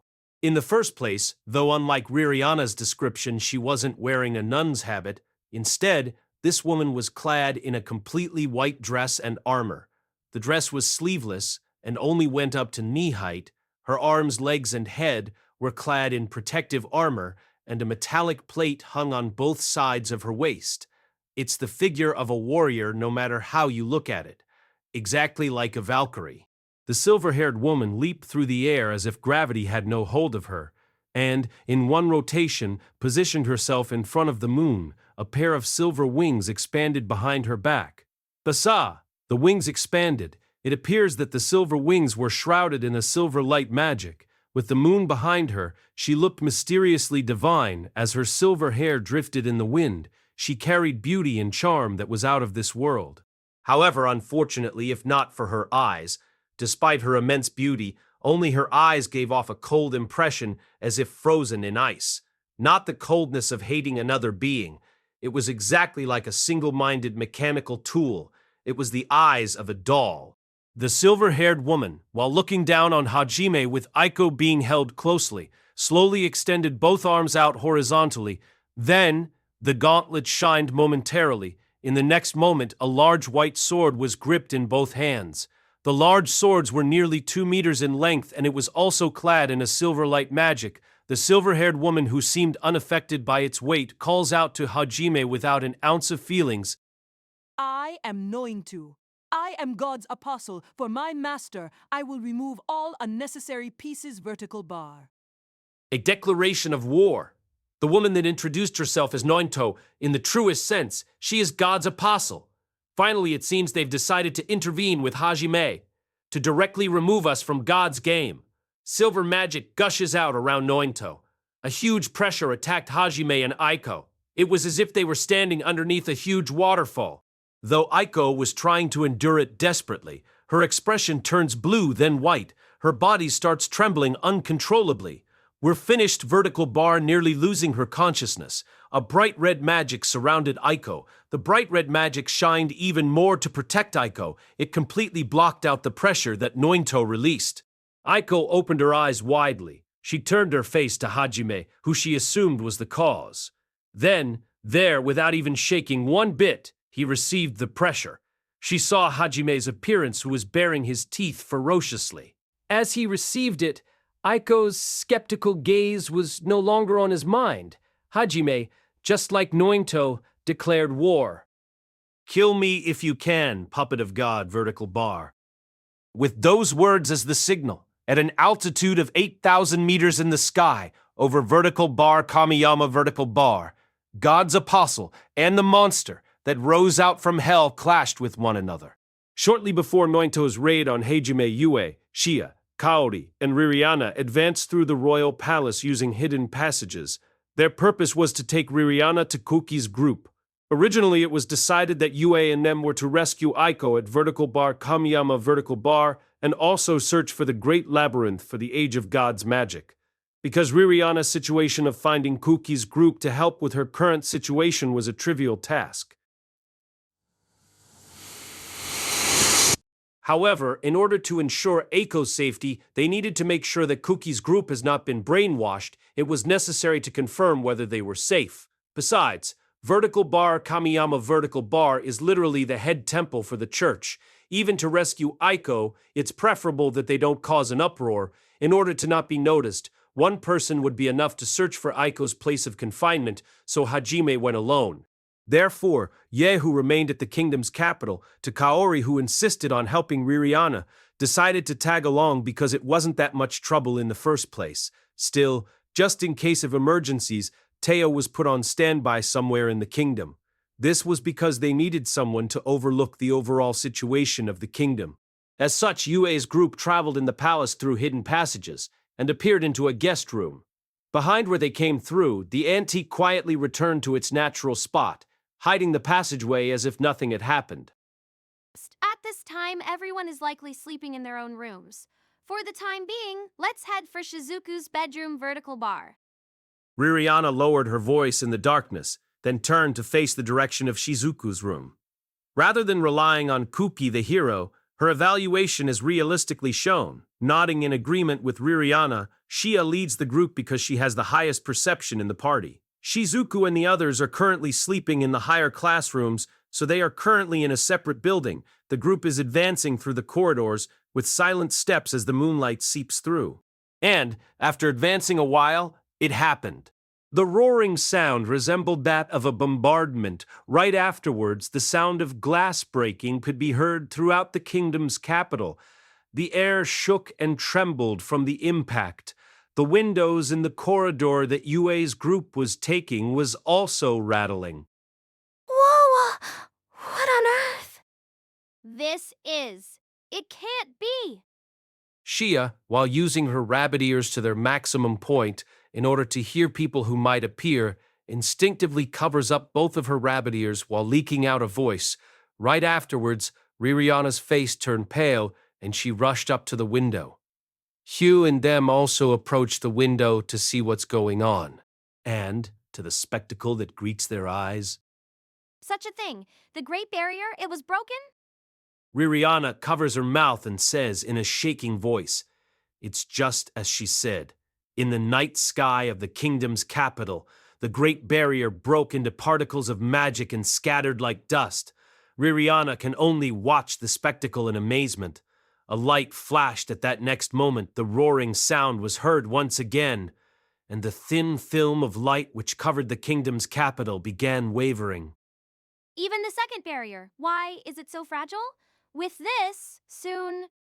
What is the great barrier that Ririana speaks of? There are 3 huge magic barriers that defend the kingdom from foreign enemies.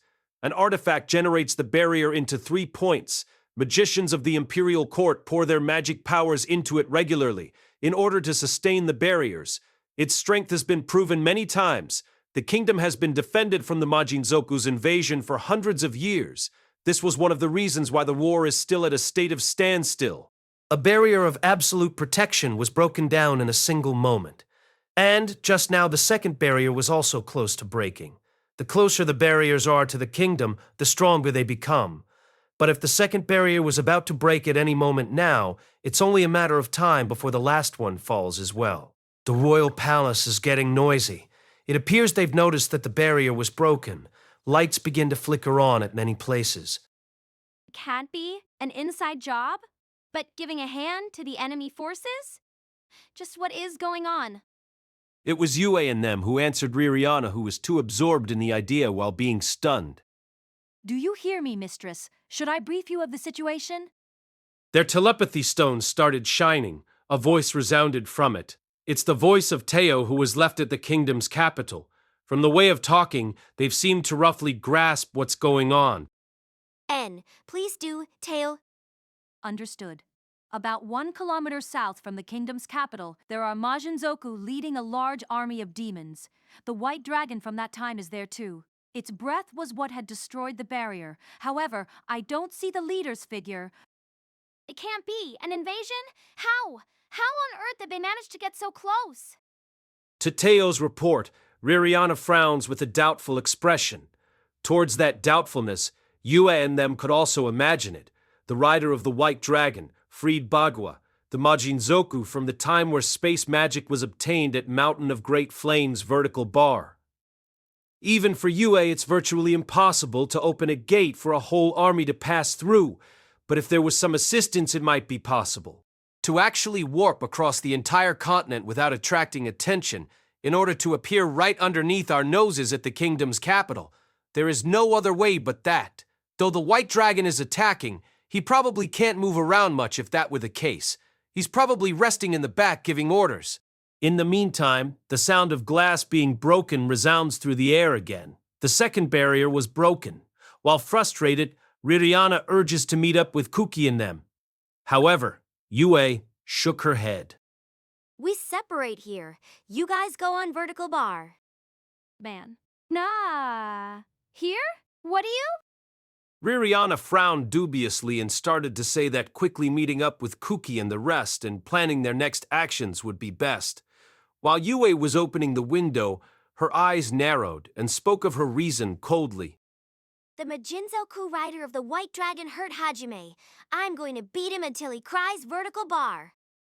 Apparently, due to the surprise attack at Mountain of Great Flames, Yu carried a deep grudge against Freed.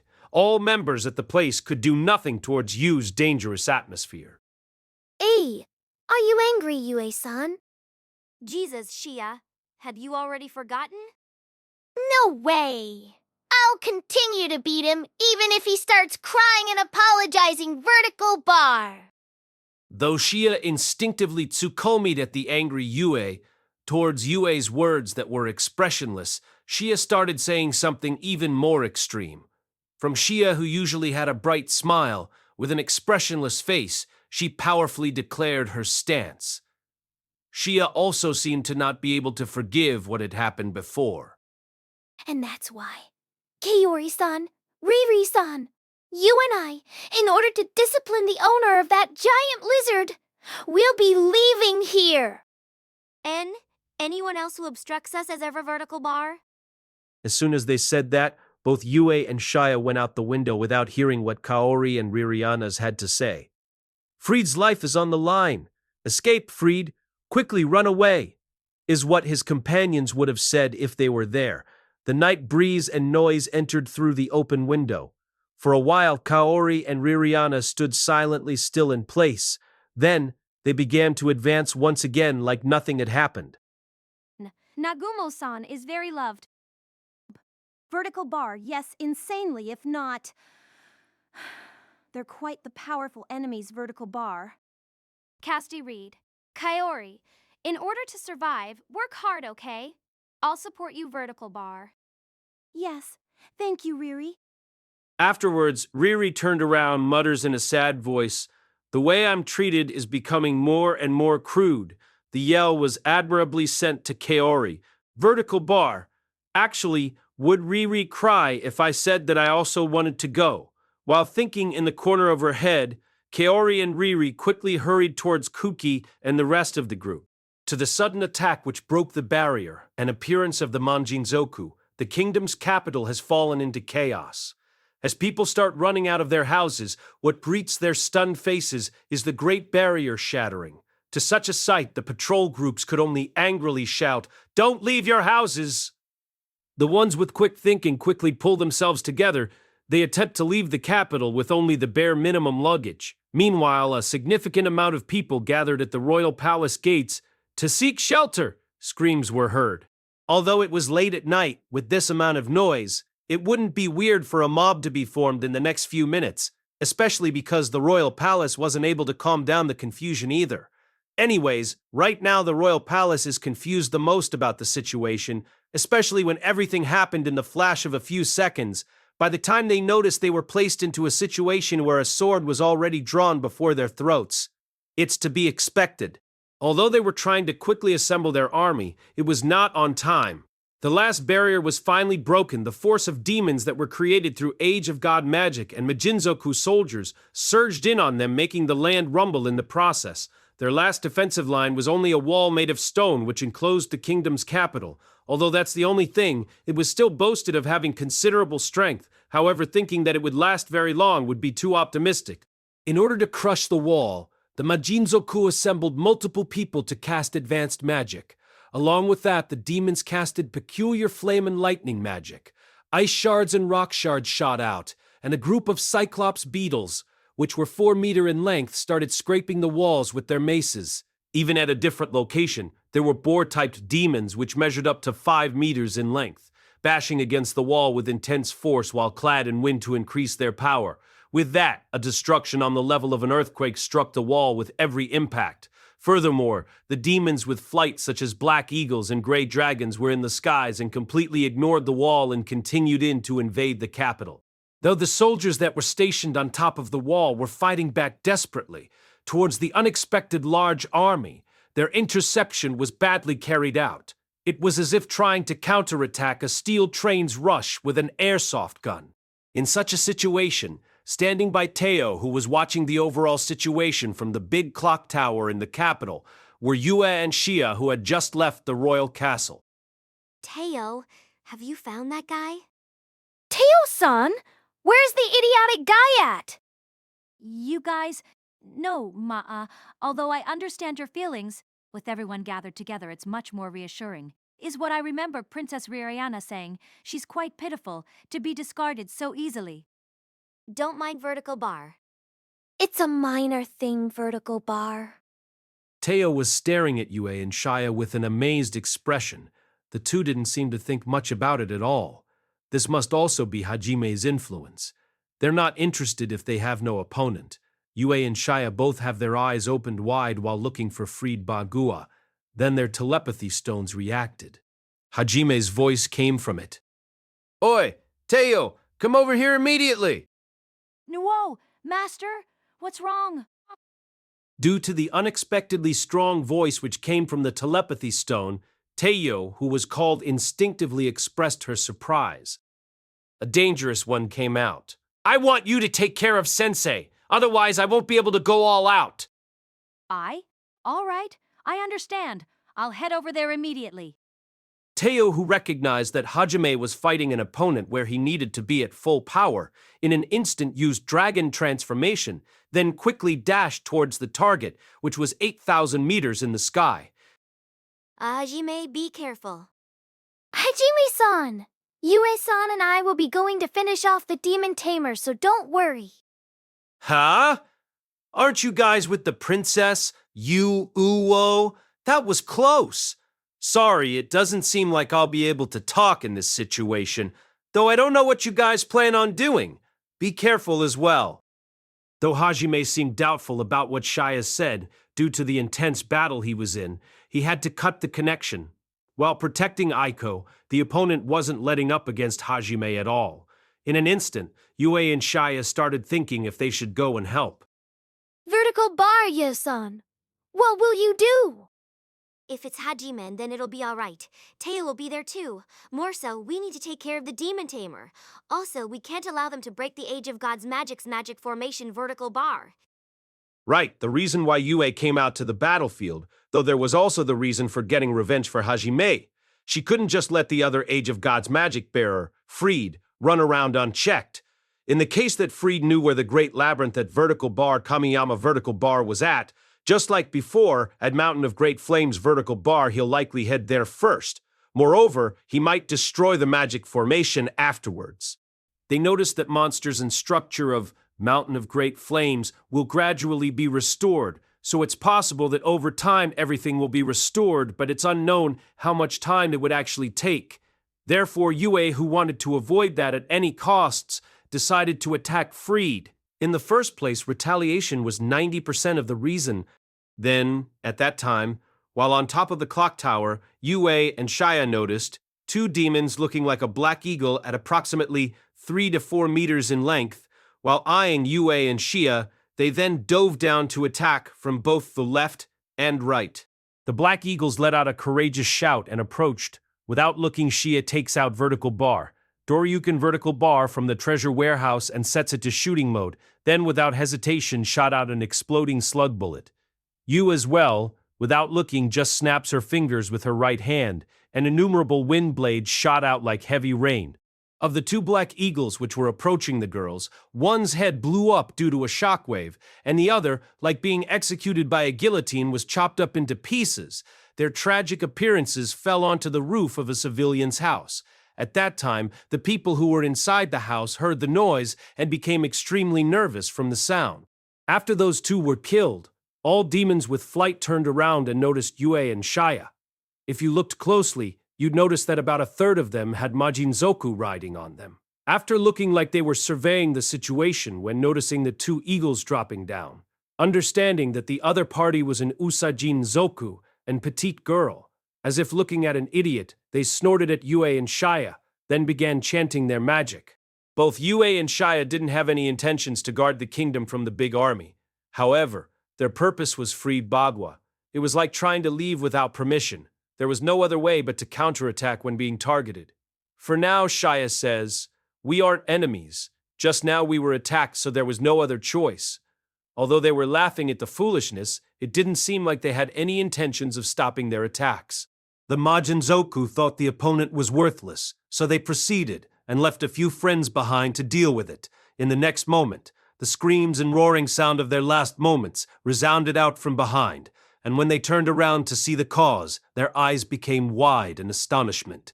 It was a dragon made of thunder, roaring as it devoured their friends and demons one after another.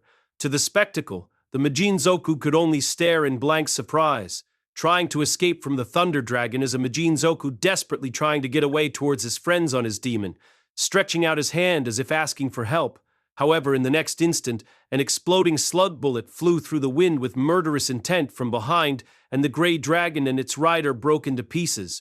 The situation just now wasn't understood, although the blood relatives of those who died became ferocious. The Majinzoku that became stiff pulled themselves together and prepared to pursue the cause, and looked for the girls who crushed their companion in an instant. Due to the unexpectedness, they began seeing illusions of their own deaths. With a high tension, they forgot to even wipe their own sweat as they strained their eyes. And in front of them appeared Yue and Shia. However, to them their appearance was completely unexpected, because rather than hiding from the group pursuing them, they stayed in the same place. Yue and Shia didn't even bother looking at them. Just like the first time, They concentrated their sights on searching for something outside of the wall.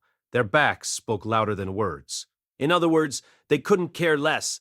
The moment they guessed that, the Majinzaku's expressions, which were stiff with high tension, distorted into anger and rage. While breaking their comrades into pieces, in Yue and Shaya's eyes, they were nothing more than pebbles being kicked on the roadside. As a warrior, or due to their pride as Majinzoku being trampled, heat runs through their entire bodies, and their blood boiled.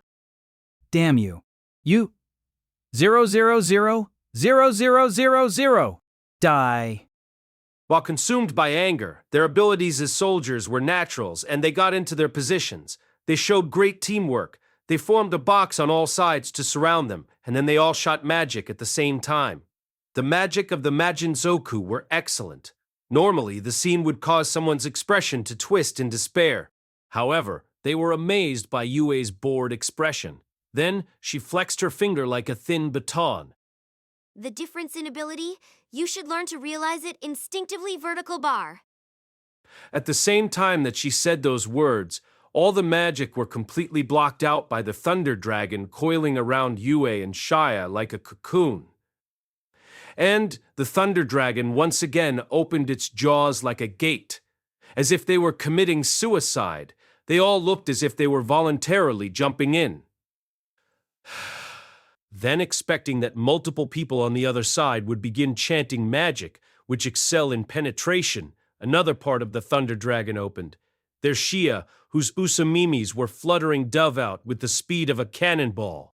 In an instant, all the nearby Majinzoku knew that she planned to obstruct their chants, so they all casted the beginner-class magic flame bullet, which practically took no time to cast at all. However, Shia, as if she didn't even care, dodged all the bullets with simple outbursts from using Doryuken to change her orbit. She then swung Doryuken sideways, aiming at the three Majinzoku who were chanting. Riya! With one shout, Doryuken, which was held, due to gravity magic, obtained the weight of 4 tons on momentary impact. With that, her body was also strengthened through physical reinforcement. The result was better off unsaid. The three Majinzoku's upper bodies were blasted away.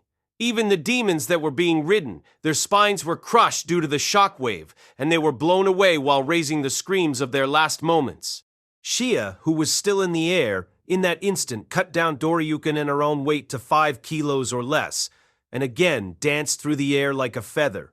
Then, switching Doryuken back into shooting mode, exploding slug bullets were let loose, aiming at the Majinzokus that shot the flame bullets. As intended, once again in the night sky of the kingdom, bright red flowers bloomed. Shia! She pulls out 2 colorful discs which shot out into the air from the treasure warehouse. They floated in the air, disregarding gravity, and was being used as a stand. She looked over the surroundings while in place, tapping Doryuken on her shoulder. Just then, in a place a little away, the last Majinzoku left was about to desperately commence a suicide attack on Yue. Little girl Ga, I'm gonna kill you. With bloodshot eyes, and even if I'm stabbed kind of feeling could be felt from his desperation. However, Yue's attitude towards him was cool, like a wet blanket. You're 300 years too early, boy vertical bar. He probably planned on attacking when the Thunder Dragon was still dealing with his friend. However, his lips distorts when he thinks that what Yue's words meant was that the Thunder Dragon had already returned. Immediately after that, his head was cleanly cut off by a wind blade that came from below, and it flew into the alleyway with spinning eyes. After time was meaninglessly taken, Yue began to search for Freed once again. Next to her, Shaya landed while carrying Doryuken. They completely think that we're part of the kingdom's fighting forces, right? It doesn't matter. They can think that if they want vertical bar. How dry, Ma'a. It certainly seems that way. The two joked around with each other as Freed was not easily found. Maybe he's already gone to the great labyrinth through space magic. They began to become uneasy. Then, Yusan? at the same time as Shia's warning, Yue jumped away from the clock tower without hesitation. Immediately after that, an oval film appeared in the middle of air. A large aurora gushed out from it. The aurora completely erased the upper part of the clock tower where Yue and them were standing. However, it was so powerful that the building was blown off radically. As expected, some kind of foresight. How annoying. At the same time that the masculine voice resounded, the Majin Zoku, freed Bagua, who had red hair and was the White Dragon's rider, appeared from the oval film. From his expression, you could see irritation from the ease of dodging the surprise attack. Then a White Dragon's appearance came through the gate, along with several Majinzoku riding on the back of black eagles, and gray dragons appearing by the hundreds. Yu and Xia were completely surrounded. At the same time, a terrible roaring sound is heard, and a part of the outer wall was finally destroyed. Afterwards, demons and Majinzokus invade the capital one after another. Some of the troops saw Yue and Xia and rushed up fiercely at them. It appears that they intend on completely killing Yue and Xia here, once and for all. I can't believe that you managed to survive from that situation. As I expected, that man's passion to survive is too dangerous. To start with, we'll completely kill you, who is that guy's companion's vertical bar. Towards the words of Freed, which contained hatred, however, Yue and Xia were both fearless. And they both replied back at the same time. It strangely was the same words that the boy whom they loved, currently in the sky 8,000 meters above the ground, had said. Kill us if you can.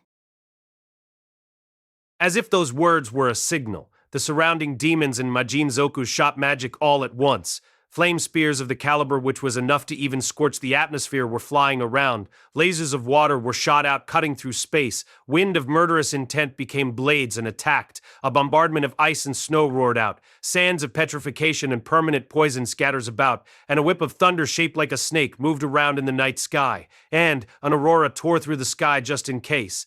A group of 40 Majinzoku or more and over 100 demons. In every direction lies an enemy. The site is filled with a storm of attacks. However, Yue and Xia were still calm, despite being surrounded by death on all sides. Their postures showed no sign of attempting to dodge. Some Majinzoku, vertical bar, have they given up, as their expressions showed that they were losing momentum. Only Freed raised his awareness because of an unpleasant presentiment which rose intensely from within. Field Pierce.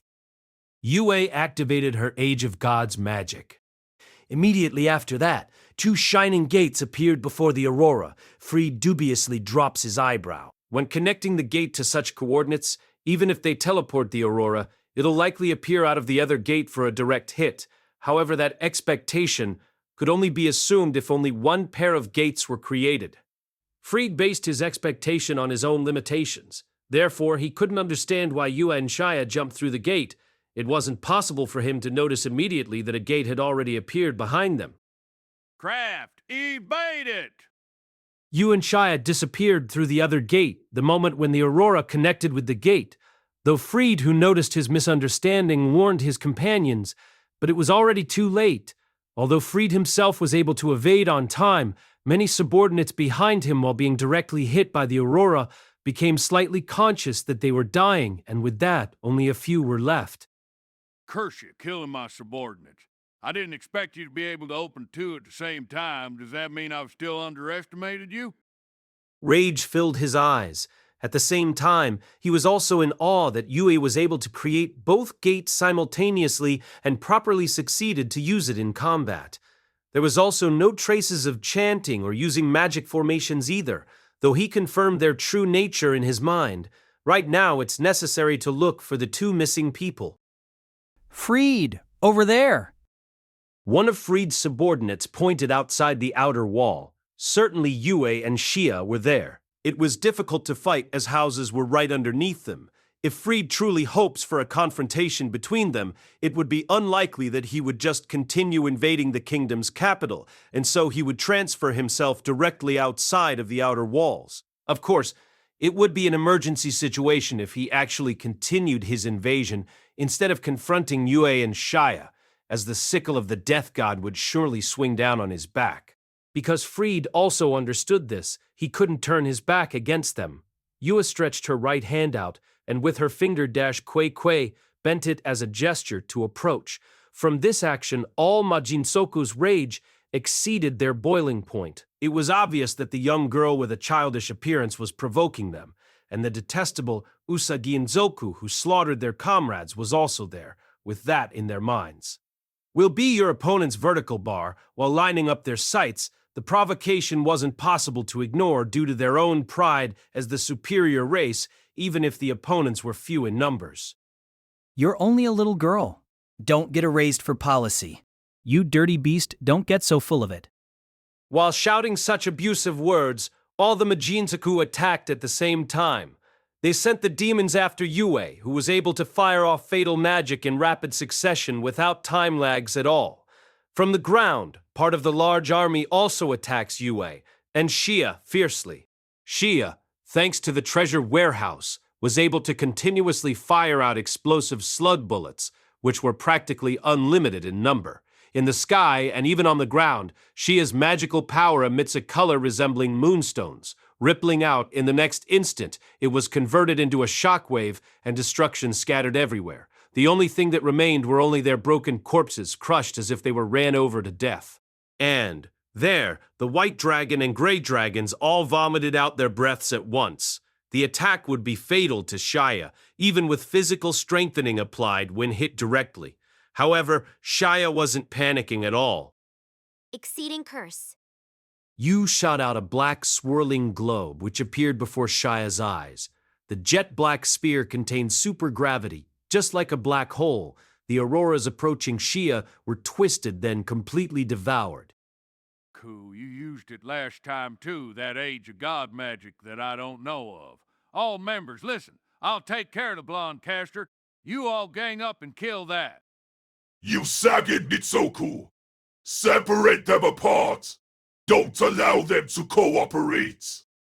Understood? It appears that Shia serves as Yue's vanguard, and while Wei looked like she was breathing exhaustively, the rear guards decided to separate Yue in order to defeat them both. Though that's what it seems, when Shia started to evacuate towards Yue, the Majinzoku riding an especially huge black eagle, which was clad in a huge tornado, charged out like a cannonball. Shia, who was in the air, wielded Doryuken and looked as if she was going to throw it. Due to the unexpected timing, the Majinzoku prepared themselves in a suicide attack. The other side wasn't supposed to be able to respond on time. With one rotation while in place using the outbursts from Doryuken, all attacks coming from the Majinzoku were stopped, and they were all blown away radially. In a rush, the Majinzoku on the Black Eagle, cladded in a tornado, tried to confront her. As expected, there was no time for her to counter the attack. Even evading wouldn't be on time either, so she took up Doryuken as a shield and increased her physical power as well. One of Doryuken's gimmicks activated, while making a sound dash kashun kashun, a round shield formed. Even if it's just you, I'll definitely kill you without fail. The Majinzoku with short blonde hair shouted out, while looking at Shia with eyes filled with hatred from his companions being killed, and collided with Doryuken, which was held up.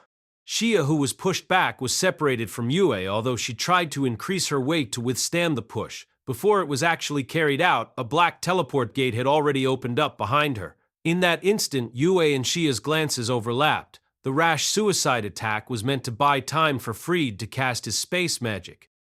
Yue-san, I'm sorry. We've been separated. En, there's no problems. I'll kill this fellow here. Immediately before being pushed into the gate, Yue with a thumb sticking up said, "Good luck." Shia smiled a little from that. The smile was seen by the Majinzoku riding the huge black eagle, his face twisted into rage. Although he didn't really mind Shia, it was Yue's own comrade that was swallowed into the gate, which meant that they were now both separated. Wyom said, "That frivolously smiling face? How disgusting! When your limbs are torn apart, we'll drag them in front of your man." The first Majinzoku that passed through said while exiting the gate, seeming unlike the rest of the Majinzokus, Shia guessed that it was due to a personal grudge. While frowning dubiously, she asked him, Have we met somewhere? I don't remember having done anything to receive such stares, though. Do you still remember that Majinzoku woman with red hair? Shia, who couldn't understand why the sudden talk of a woman turned up, could only incline her head in wonder. But the male Majinzoku took that act as not being able to remember. While clenching his teeth together, he voiced out further information about his grudge. You bastard! The woman that you guys killed at Orcus Great Labyrinth? That person! You bastard! It was very clear that Shia had forgotten all about it until now. The man who was already mad till the boiling point shot out numerous blades of wind with short chance. There, Shia avoided them as if they were nothing. Wait a sec. Who was that person to you?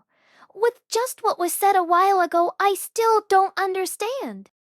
Catleya, the woman that you guys murdered, was my fiancé. Ah, I see. What about it? Shia nodded as she consented. It seems that the man in front of her was the lover that the woman at Orcus Great Labyrinth whispered her love to for before dying. It was Mikhail. Though she doesn't understand how he found out, he knew that Hajime was the one that had killed his fiancé. He looks as if he's burning with revenge. To make Hajime feel the same feelings that he did, he plans to bring both Shia and Yue's corpses forth in front of him. How dare you, Catelia? Was wise and gentle. She always thought of her country. Mikhail, who was shouting out his grudge with bloodshot eyes, Shia's usual brightness became cold as if it were a lie, and replied with extremely light words. I don't know anything about that. Whoa, what was that? No. If she didn't want to die, she could have just not fight. In the first place, she was the one that challenged us. Hajime-san even warned her. We won't chase if you run away. If an important person was killed, it's obvious that they'd bear a grudge. Even if you told what the person who was killed was like, we're not interested. Do you guys hear me? Just like all the lives of the ones that you've taken up till now. There's no way you'd be interested. Shh! Shut up, shut up, shut up. Catleya's enmity. I'm going to torment you until you go mad, then kill you. Mikhail, yelling as if he lost his temper, another tornado was produced again to increase the huge Black Eagle's speed while plunging toward Shia. It appears that the tornado was Mikhail's magic and not the huge Black Eagle's inherent ability. While riding, Mikhail continued chanting, and numerous wind blades shot out from the tornado in an attempt to block Shia's escape routes. Shia, wielding Doryukin, knocked down the wind blades and then lightened her weight as she jumped to a disc as a stand in order to avoid the charge of the tornado-cladded eagle. However, before she avoided it, troops of Majinzoku riding Black Eagles gathered as Shia and Mikhail were talking. Because Mikhail was riding the huge Black Eagle, they were likely his subordinates. Shia was in a situation where all the Black Eagle forces that were in the skies shot out needles of stone at her. It was exactly like a downpour of rain. Shia shot out exploding slug bullets to create shockwaves in order to knock down the needles, and jumped to a nearby Black Eagle after opening a way through the barrage. Disregarding the startled Majinzoku, she swung Doryukin without any hesitation. The Majinzoku that was hit vanished into the darkness of the night as all his internal organs and bones were crushed. Shia further continued to use her momentum of the attack and crushed the Majinzoku and the Black Eagle that were away from the rest. Ku, do not engage in close combat. The sky is our domain. Attack with waves of magic and stone needles from a distance. Towards the comrades that were blown away like a pinball, Mikhail judged that close combat would be impossible and ordered for all attacks to be strictly ranged. Again, Shia was forced to avoid their magic and stone needles that came from all directions by continually jumping off the discs that she sent out as stepping stones. However, she never got within range to attack. Every time she moved up, they distanced themselves, and she was becoming irritated at that fact. And then, she judged that it wouldn't be efficient if she only used exploding slug bullets. She pulled out a new item from the treasure warehouse.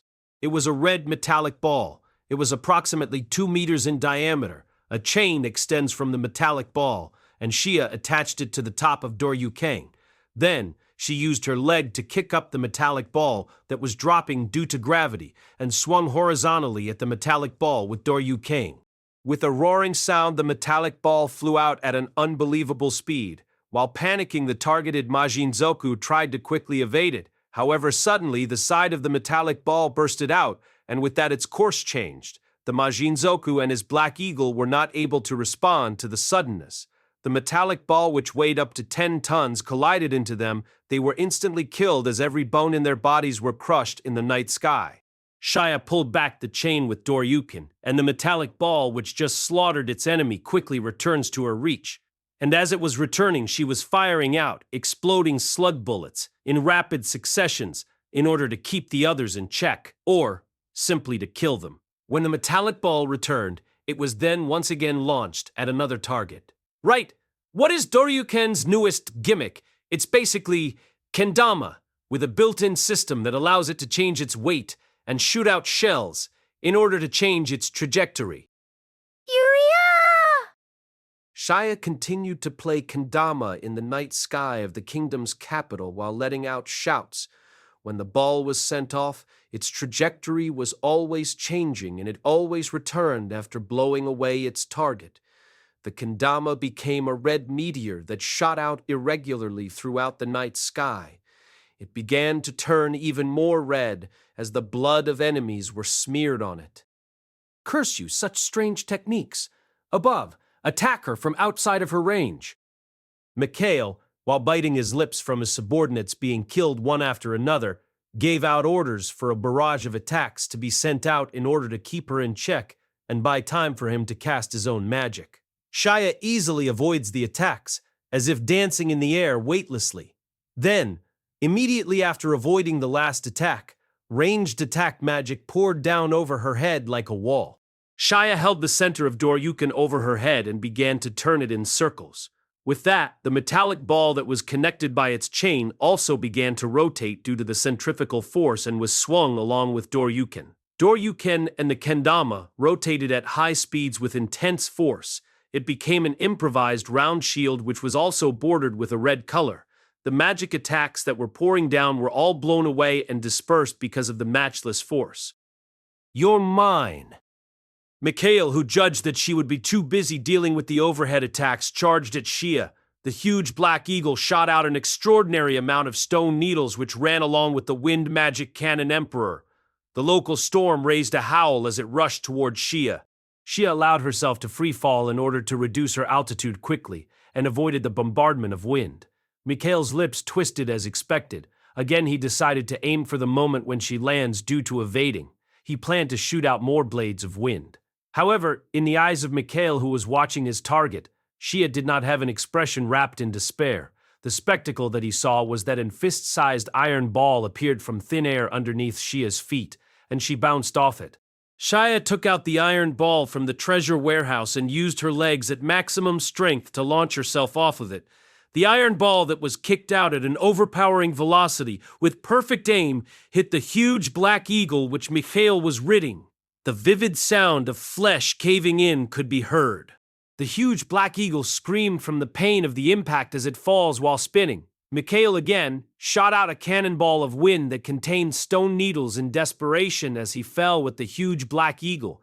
Shia, who finally passed by all magic attacks that came down at her head, bounced away the quickly approaching cannonball of wind using Doryuken. However, the needles made of stone couldn't be completely avoided. Some of the needles pierced into her shoulder and arm. We did it! She was struck by Kotorisu's stone needles.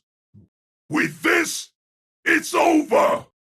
The needles themselves didn't deal much damage, however all the Majinzoku looked equally joyful that Shia was hit by the stone needles. Shia looked at their suspicious expressions. The answer to her question was answered immediately. Starting from where the needles were sticking out, she began to petrify. It appears that Kotorisu was the name of the huge Black Eagle. Its inherent magic seemed to allow its stone needles to petrify upon contact. It was an unpleasant and troublesome ability. Normally, when afflicted with an abnormal status, you'd use specific medicine to cure it, or purify it with recovery light magic. However, right now Shia is alone on the battlefield, so the Majinzokus thought it was already over. As long as they continue attacking her without giving her a chance to take medicine, she'll be completely petrified. However, in the very next moment, their expressions, which were convinced of victory, changed into one that was dumbfounded, and finally changed into despair. What a blunder! However, if it's just this much? While saying so, Shia pulled out and threw away the needles, and in order to concentrate, she closed her eyes. Then, in one moment, the petrification that was gradually spreading stopped suddenly. Following that, the flesh that had turned to stone regained its former color. And, finally, the wound from the needles were also patched up. She returned to her normal state as if nothing happened. Why? What's going on? There wasn't any signs of recovery magic being used. There also wasn't any behaviors of using medicine either. However, Shia easily cured the petrification and damage from the needles by just concentrating a little. Fear began to appear on the Majinzoku's expressions, a fear of the unknown which couldn't be understood. Their voices were upset and trembling. There's no need to think much about how Shia managed to heal herself. She simply used reproduction magic. As usual, her aptitude with it was rather bad. It was only enough to be able to heal wounds and abnormal statuses within her body. Her self-heal was like the downgraded version of Yu's automatic reproduction. She can even cure serious illnesses. However, it's not automatic and she cannot reproduce something external. However, a few wounds or simple fractures would heal within several seconds, with a little bit of concentration, and if she spends more time, she can also recover from serious illnesses. There's no helping it that the Majinzoku were despairing, because including her overwhelming power, she also possesses the ability to recover. They couldn't think of any methods to corner her. The eyes that were looking at Shia were the same eyes that the people who confronted Hajime had. In other words, a monster, then. Here I come? Shia, while holding Doryukin, quickly appears before the eyes of the stiff and confused Majinzoku. Then, a deadly blow. With just one hit, another Majinzoku died. At that moment, the remaining Majinzoku went into panic and yelled out an incomprehensible cry. There was absolutely no cooperation and they began to suicide attack recklessly. Shia calmly, while brandishing the kendama or through the use of exploding slug bullets, quickly and surely reduces their numbers. Finally, the last man of Mikhail's forces became food for Doryukin. However, the moonlight was suddenly shut out and a shadow covered the entire area. Shia looked up above, behind the dark clouds. Mikhail was falling from the sky. It looks like the huge black eagle was also at its limits. A straight dive attack might have been all it was capable of now. Innumerable thunder pouring down from the sky. Avoid it if you can. At the same time that Mikhail shouted, innumerable amounts of thunder poured down while roaring out disorderly. It was like an intense rain of thunder. This magic originally caused a very large thunderstrike to fall from the dark clouds, an advanced attack magic thunder mallet of the wind system. He daringly multiplied it. He likely created it as an area of effect magic. With that alone, you could tell how advanced Mikhail was with magic.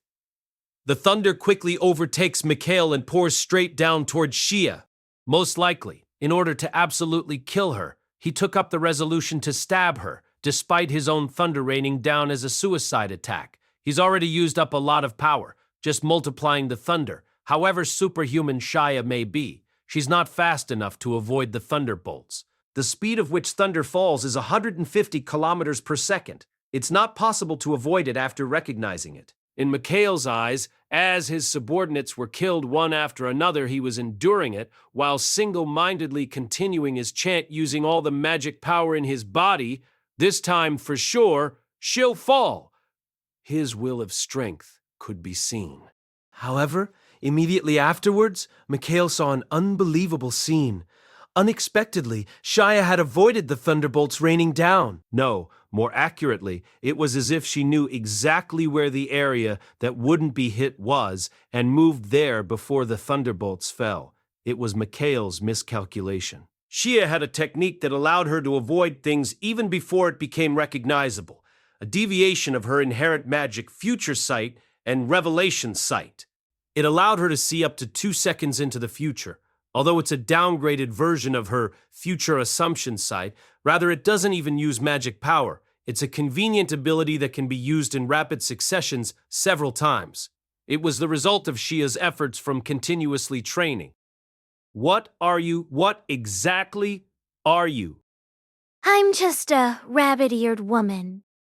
He couldn't believe what he saw. Shia had avoided every thunderbolt naturally. Mikhail's attack while diving down can easily be fended off. She wielded the kendama and waited for him to pass by. Then, the kendama circled greatly around Mikhail. The chains coiled around him and he was instantly restrained. Nuguo, let go! I'll release you, just as you wished. Mikhail, who was caught by the chain, was flung by Doroyakin. As he was freed, the centrifugal force caused him to fly towards the ground. The centrifugal force caused by the heavyweight lump of iron was terrific. Mikhail was flung towards the ground like a meteorite. At once he set up a barrier of wind and escaped instant death. However, it's likely that every bone in his body was crushed as he laid on his back without moving an inch. Dash gobo gobo, he coughed out blood. Shia landed by his side. Carrying Doryukin on her shoulder, she had compromised Mikhail. Mikhail, while still faintly conscious, his vacant eyes turned to Shia. On his lips, due to being unable to bring down his enemy, or due to the impossible situation of being completely annihilated despite having close to 100 subordinates, a smile of self-ridicule that even Mikhail himself didn't understand was shown. To be beaten down into this state, it's possible he could do nothing but laugh at himself. To Shia, who was looking down on him, Mikhail realizes his end. In his heart, he apologized to his dear fiancée that he couldn't take revenge. Then he spoke his last words. Oh, this Goho monster? Foo. Thank you very much. Mikhail's last retaliation seemed to only have made Shia more pleased. At last, while watching absent-mindedly as the hammer was swung down at his head, Mikhail thought that if there was an afterlife, he would go and search for Catalia. He lost consciousness as he was thinking such dark things. It seems that finally I've become strong enough to be called a monster, Fufu. It seems I've become closer to Hajime and them. Now then, how about Yue-san's side? While carrying Doryukin after giving the final blow, Shia's cheeks are loosened because of Mikhail's final words. Shia looked towards Yue's direction. They've been considerably distanced, and, even now, she expected that she might still be able to give Freed one good hit. She began to dash out to join up with Yue. The shining moon became invisible behind the crowd of ash dragons. There's likely over 100 figures that could be seen. And at the center of it all is the white dragon. The appearance of Freed Bagwa could be seen riding its back. Don't think less of us. Dividing up the enemy forces is a standard technique in battles. Shia and Mikhail had just disappeared into the transfer gate, field pierce made through space magic. Then Freed ordered the Black Eagle Force to pursue them. As they passed by, they glared and trash-talked Yue, who was stationary. Although there wasn't any signs of wind magic being used at all, to the appearance that floats in the skies just like the moon that floats in the nocturnal sky, a smile appeared even when their reactions were heard. Yue is only quietly staring at Freed expressionlessly. Freed is a proud Majinzaku. Rather than looking at others equally, they're looked down upon. He is a pious believer in their Majinzaku god whom they worship. He's the type of man that would not accept any other way of life or values. Hence, it was impossible that he would have an interest in a woman from another race. However, that Freed is now, while the ash dragons and his subordinates were still blocking the true moon, to the girl with a pretty face that shines just like the moon, felt charmed with the thoughts it would be regrettable if such a gem were killed. With those thoughts, although he understands it's necessary to kill Hajime, and though he holds hatred because his brethren were killed, still, foolish words came out of his mouth. How regrettable, woman, as a spellcaster, no matter how much I want the ability to cast magic without chance, though this may be reckless in this situation. How about it? Will you join me? We won't treat you badly just 'cause you're a woman. Come back after being reborn. Ugly man. It was indescribably severe. A reply of severe sarcasm mixed with ridicule was returned. By the way, it wouldn't be an exaggeration that Fried's figure, if evaluated by 10 people, every one of them would agree that he was a good-looking man. Combined with his vast powers, he was extremely popular to the Majinzoku women. Therefore, he's not an ugly man at all. However, Yua saw Fried's desolate expression at the Mountain of Great Flames when he talked about his god. In her memory, it was awful and sickening. Such a man invited her with a clarified face. The only thing seen was already just a sickening, foolish man. To begin with, she doesn't feel anything for any other man but Hajime, so it was nothing but foolish talk to begin with. When Yua's response was heard, Fried's eyes twitched and cramped up. Have you chosen your path as a martyr or because of your loyalty to this country? Discard your teachings, do not simply follow a country in blind faith. Do you plan on sacrificing your life for those kinds of things? That is the highest reaches of stupidity. Once you know of our God Arifureta's teachings, then you'll be purified after just closing your eyes just once. To Fried, who began blabbering on about unrelated topics, Yue simply answered by rapidly firing out wind blades. It was merely because she couldn't endure hearing him babble on any longer. Because Fried managed to dodge his body, the wind blades that Yu shot out only managed to cut his shoulder shallowly. Immediately, Fried was able to react to the wind blades. He was definitely one of the few great people who conquered a labyrinth. If not, he would have lost an arm immediately. To Fried, who was glaring at her with anger, Yu only returned it with a cool gaze. Then she announced to the foolish-looking demon leader, "Your question is unnecessary. The moment you heard Hajime, you were already sentenced to death in agony." As if the words were a signal, extremely cold ice and snow blew around Yue. It instantly turned into a huge tornado. It climbed up towards the heavens as it surrounded Yue. A white storm which connected the heavens to the ground. The surrounding temperature is quickly reduced to absolute zero. The ash dragons which were blocking the moon were completely frozen. This was a compound magic of ice at a superlative degree in the system attack magic Frozen Prison, along with the intermediate wind system attack magic Storm Emperor, which created a wide-range tornado at absolute zero temperatures. Almost like a mammoth being frozen instantaneously due to the climate change that brought upon the glacial epoch, the ash dragons all died without damage to their exterior. They fell and crashed onto the ground, breaking their bodies into pieces. It appears that their insides were completely frozen as red crystals of blood bounced around on the earth. Did you not hear me? Guess there's no helping it. Shoot her down. Fried, who lost nearly 20 ash dragons instantly, ordered the attack while gritting his teeth. As a result, the ash dragons all deployed together from all directions, top and bottom. They shot out auroras disorderly from every direction, as if they were meteor showers. Over 100 auroras were shot out in the night sky. The dark night was torn up by the flash of lights as if the spellcaster in the center was committing suicide. An absolute zero blizzard blew out and raged like a flower pin holder. From the impact of the countless auroras, the tornado of ice and snow dispersed as if melting in the air. The scattered ice and snow created a spiral. What appeared from the center was the appearance of Yu, who was wounded from the powerful blast. Actually, no, it was an unhurt Yu, accompanied by the black swirling star which circled around her. Without wasting a second, over 100 auroras were once again seen after they confirmed the small enemy was still there. However, the matchless lights of death, which would normally eliminate everything, one after another, is swallowed into the black star that was tossed around by Yue, or bent and reflected outwards towards the horizon. None of them reached her at all. Yue used gravity magic to further increase her altitude. While being exposed to countless auroras, there is no unrest in her expression at all. Exceeding curse was used to swallow up everything, and cursed sky was used to move the ball of extreme gravity, as if it were a protection satellite orbiting and defending the moon. The breaths are ineffective. Directly swat her down. Go! To Fried's change of strategy, the ash dragons didn't lag behind at all and followed the orders obediently. While releasing the roar of a dragon, murderous intent was shown in its eyes. From wanting to tear up the slender girl with its sharp claws and teeth, they intended to attack in waves. Yua's environment was immediately buried under the gray crowd of ash dragons.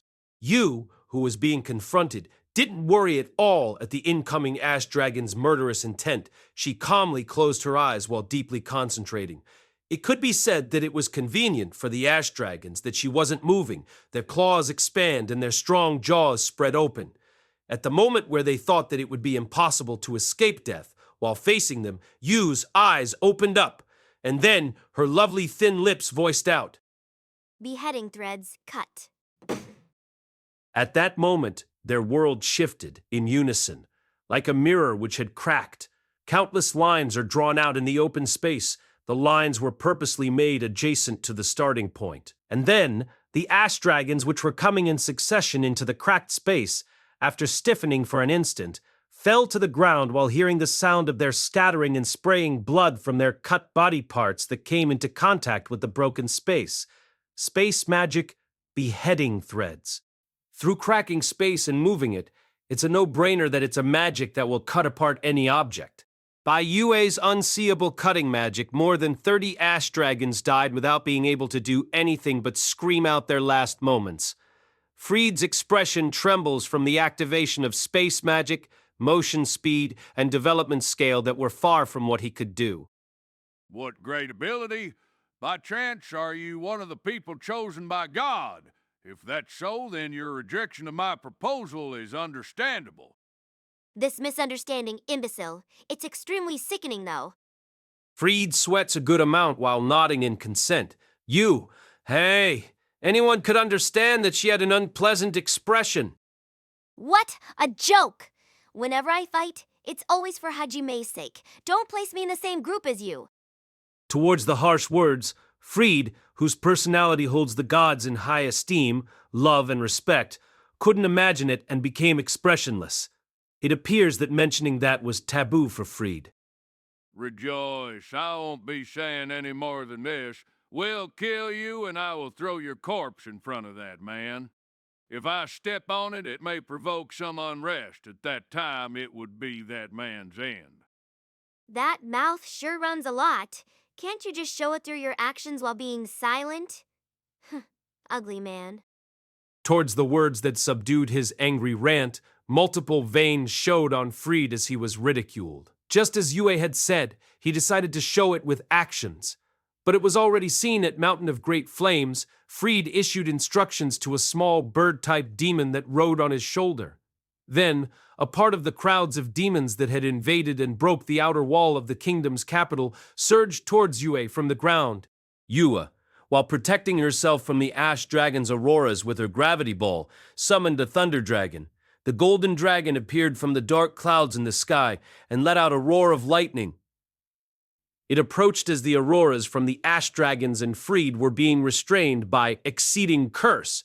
The thunder dragon was then sent to wipe out the ground troops. As usual, it was a no-brainer that the thunder dragon's mouth, sucked in everything, was what was supposed to happen. But the advance was stopped by 6 pairs of turtle-typed demon Abusodo that exceeded 5 meters in length. One of the huge Abusodos opened its big mouth and, in reverse, actually started consuming the dragon instead. Abusodo was also seen before with the Majinzoku woman named Catleya at Orcus Great Labyrinth. It's a demon whose inherent magic is able to take in other magic into its body. However, the Abusodo that was consuming the thunder dragon on the ground was a different size from the Abusodo seen in the labyrinth. Most likely it was improved and strengthened. Still, as expected of the thunder dragon, though it's being swallowed by the Abusodo, with its large body, though slowly, it's surely lifting it up. It appears that the limitation of only being able to swallow one type of magic hasn't been changed yet.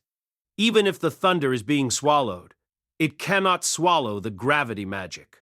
The 6 Abusodos were gradually floating and they flailed around hastily before their big bodies were carried off by the thunder dragon. Another Abusodo began to swallow the gravity magic. As expected, the thunder dragon couldn't endure the 2 strengthened Abusodos with their inherent magic storing. The body of the thunder dragon was consumed. Immediately after that, the compressed magic was launched at Yu. Annoying.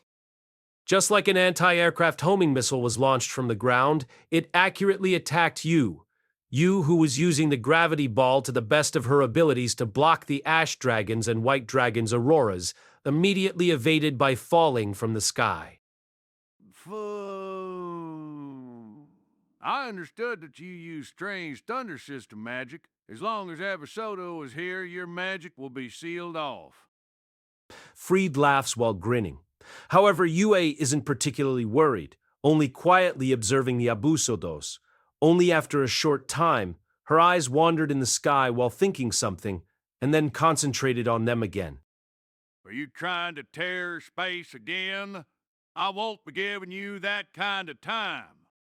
The white dragon and ash dragons further increased the severity of their attacks. A Black Panther-type demon approached by kicking off the ground and into the sky.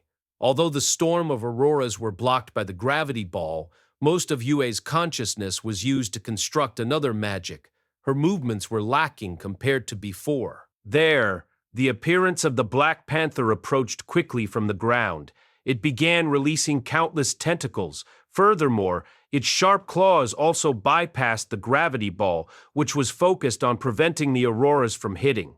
Between offense and defense, countless wounds appear on Yu's body. Red blood splashes in the night sky. However, because it was only a flesh wound, it wasn't much of a problem. To begin with, what is Yue's true defensive powers? Certainly not barriers nor gravity balls. It was the cheating regeneration power. A barrier would be placed if there was a companion, or evaded if the attack will cause clothes to tear. Because it would be a nuisance, originally she would just disregard the other party's attacks and leave it up to her regeneration powers. Yue's true battle style was simply one-sidedly attacking. To Yue, who was spraying blood, Freed's expression was that of one who was convinced of their victory. When Yue's wound was automatically restored, his eyes could only open widely in astonishment. Is that also an Age of Gods magic? Just exactly how many have you acquired? Although he wasn't completely wrong while voicing out his misunderstanding to Yue, he gave out orders for all demons to continue attacking until they beat her recovery rate. And then, Freed also started chanting an Age of Gods magic. However, naturally, Yue was already concentrating on her magic previously. Yue's eyes opened up and showed strength. In the space of the thundering roars and flashes, her lovely voice resounded. 5 heavenly dragons. Immediately afterwards, dark clouds appear and the thunder roared. The swirling wind turns into a storm and blew harshly. The water currents produced were frozen into ice. A great cloud of sand took shape like a big snake, and flames strong enough to burn up the atmosphere were condensed. As a result, the appearance of 5 demonic dragons were seen in the night sky of the kingdom's capital. Although they were dragons created from gravity magic, they all had their own respective attributes. The 5 dragons roared out greatly enough to make the atmosphere tremble. The group of gigantic demonic dragons looked divine. The ash dragons probably realized on instinct that they were greatly outmatched, and leaked out a small, miserable cry in their fright. In their eyes, there's already little to no murderous intent towards you. Instead, fear and shock settled in its place. Their eyes glanced over to their master, Freed, demanding for help. Freed once again exposed his disgraceful behavior of having his jaw drop down from the magic that lacked common sense while riding the white dragon. That chance wasn't missed. Yue sent the 5 heavenly dragons to assault the ground troops. The thunder dragon charged at Abusoto and swallowed it first. Abusoto put up a fight and opened its large mouth as well. Although the thunder dragon was slightly consumed, it was different from a while ago. The blue dragon dashed out from behind the thunder dragon. When they both collided together, Abusoto melted due to the intense heat. The pain generated from its shell melting down while still alive caused Abusoto to cry out painfully as its inherent magic was completely bested. The thunder dragon then aimed at another target. It was another Abusoto that was swallowed by the storm dragon. While letting out a godly roar, it bit into the other dragon where Abusoto was. The edge of its body transformed into ash from being scorched. Again, at a nearby place, the ice dragon is freezing Abusoto, and the stone dragon rolled up and caused all surrounding areas to petrify. The storm dragon, which was freed by the thunder dragon, advanced onwards and cut the demons such as the Black Panthers besides a Busoro into pieces. As expected, using the 5 heavenly dragons was harsh. Yue was panting and her forehead was drenched in sweat. After quickly disposing of the Abusoros, her next target were the ash dragons in the sky. Freed's group of matchless dragons were similarly challenged by Yu and her dragons. Without a doubt, the figures of the ash dragons becoming food to the 5 heavenly dragons could be seen. This seemed to just show the difference in ability between Yu and Freed. Freed finally realized after coming this far the shape of a terrible monster which would normally be avoided. It was not just the boy who took heavy damage from the surprise attack at Mountain of Great Flames, but also the girl in front of his eyes. She was without a doubt someone that he had to risk his life against when fighting. He was ashamed at himself for becoming arrogant, for saying what he had said before the fight. Therefore, this next magic attack is literally with all of Freed's energy put into it.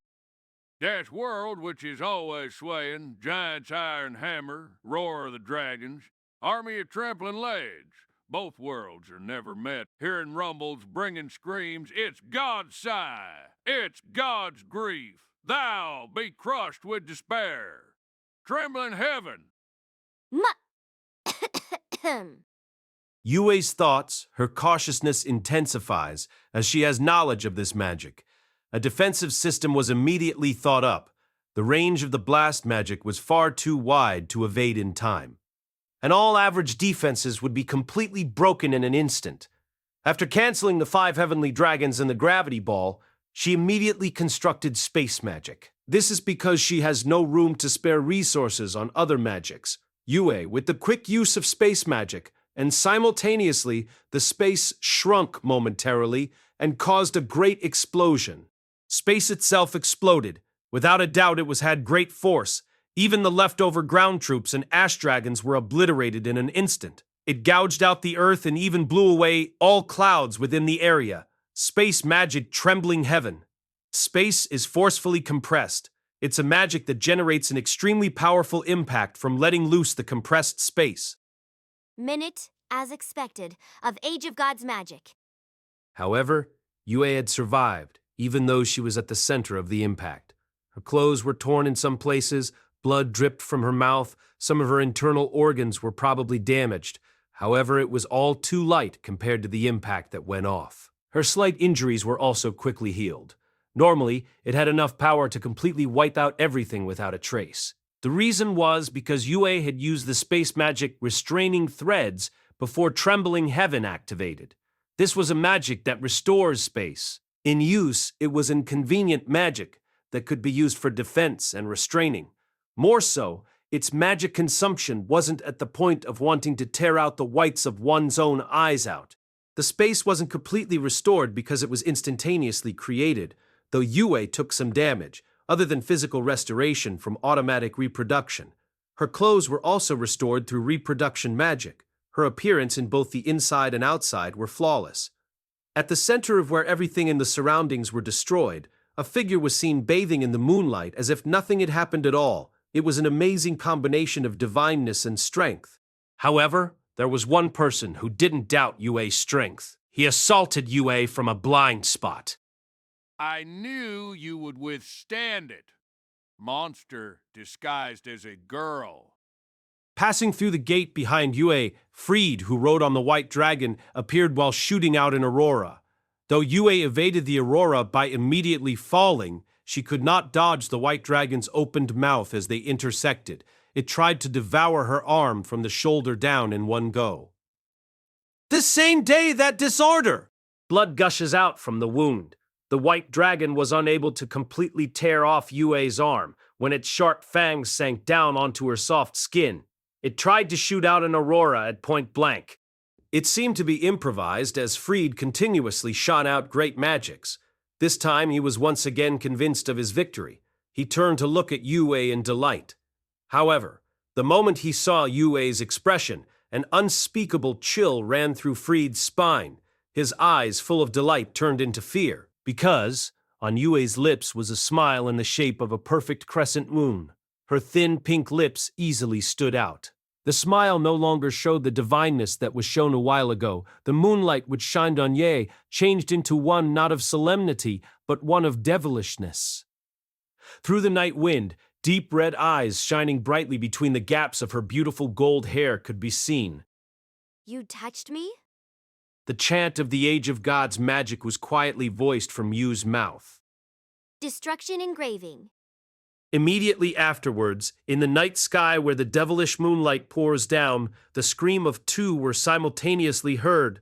The white dragon writhed from the impact. This time Yue's arm was completely torn off. However, she didn't have an anxious expression and manipulated gravity magic to go up into the sky, and, in an instant, the appearance of the missing arm returned. She then glared at Freed and the white dragon that was in agony while gushing blood from their whole bodies. How is it? The same wounds that Hajime received. Does it hurt? Go! Damn you, this! To Yue, who was expressionless and shouldering the moon on her back, Freed grit his teeth in fierce pain and glared sharply back. Freed and the white dragon's states were severe. The white dragon suffered a hollowed chest through combustion. In addition, it was bleeding throughout its entire body. It seemed that it would crash at any moment. As for Freed, he was bleeding slowly from an incision wound on his chest. His left arm was broken and lowered lifelessly, and he was coughing out blood intensely as his internal organs were damaged. The first day of my session struck. In addition, there were big and small wounds throughout his whole body. All of the wounds were the same as the time where Hajime was injured at Mountain of Great Flames. Reproduction magic, destruction engraving. A magic that reproduces the wounds and destruction that an object once received in the past. Although not direct nor indirect, if it's not touched within a radius of less than 3 meters, it wouldn't work. The wounds that can be reproduced is proportional to the magic power being used. You, if possible, wanted to corner Freed with this magic. This fight was personal revenge from you to the end. At the Mountain of Great Flames, her lover was greatly injured, and anger took root in her heart, unable to escape unless revenge was carried out. Since then, the next time we meet, I'll definitely beat the hell out of him, she promised. And when she obtained the reproduction magic at Murajin Undersea Ruins, while remembering the events at Mountain of Great Flames, now that she could, she intended to use destruction engraving on him. Yu's Yan whispered out, so there was no helping it. However, Yue was weak in close combat. It would be futile as she wouldn't be able to activate the magic in time before Freed and his white dragon, which flew away at high speeds before they could touch. Therefore, she thought she'd have to substantially damage the enemy before she could use it, but Freed and them purposely touched her instead. There was no helping it that she unintentionally leaped out a smile. To Hajime's enemies, her mind cannot stop the Yan. Me right now? Does it mean I wasn't chosen to be the victor this day? I was unprepared. I wouldn't let you. Freed guessed that it was checkmate and grits his teeth. At the time when Yue was about to deal the finishing blow, waves of attack magic that shot from the ground were aimed at Yue. Freed-sama, please pull out at once. We will buy time. They were the ground troops that had gone to invade the kingdom's capital. They seemed to have guessed that Freed was in a predicament and came to rescue him. You guys! Sorry!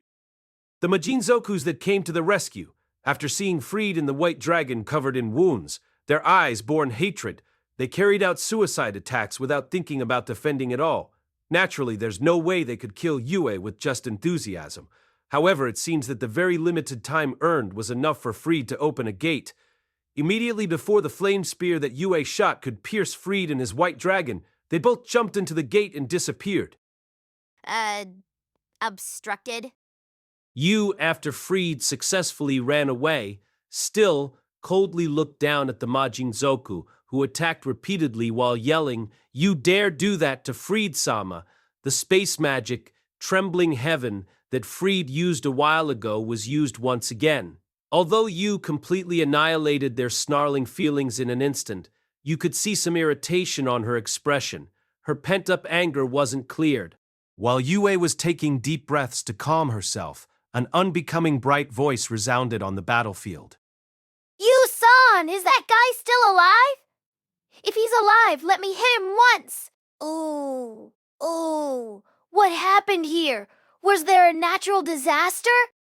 Shia's rabbit ears waved as she jumped to the floating disc and asked while looking at the surroundings with an amazed voice.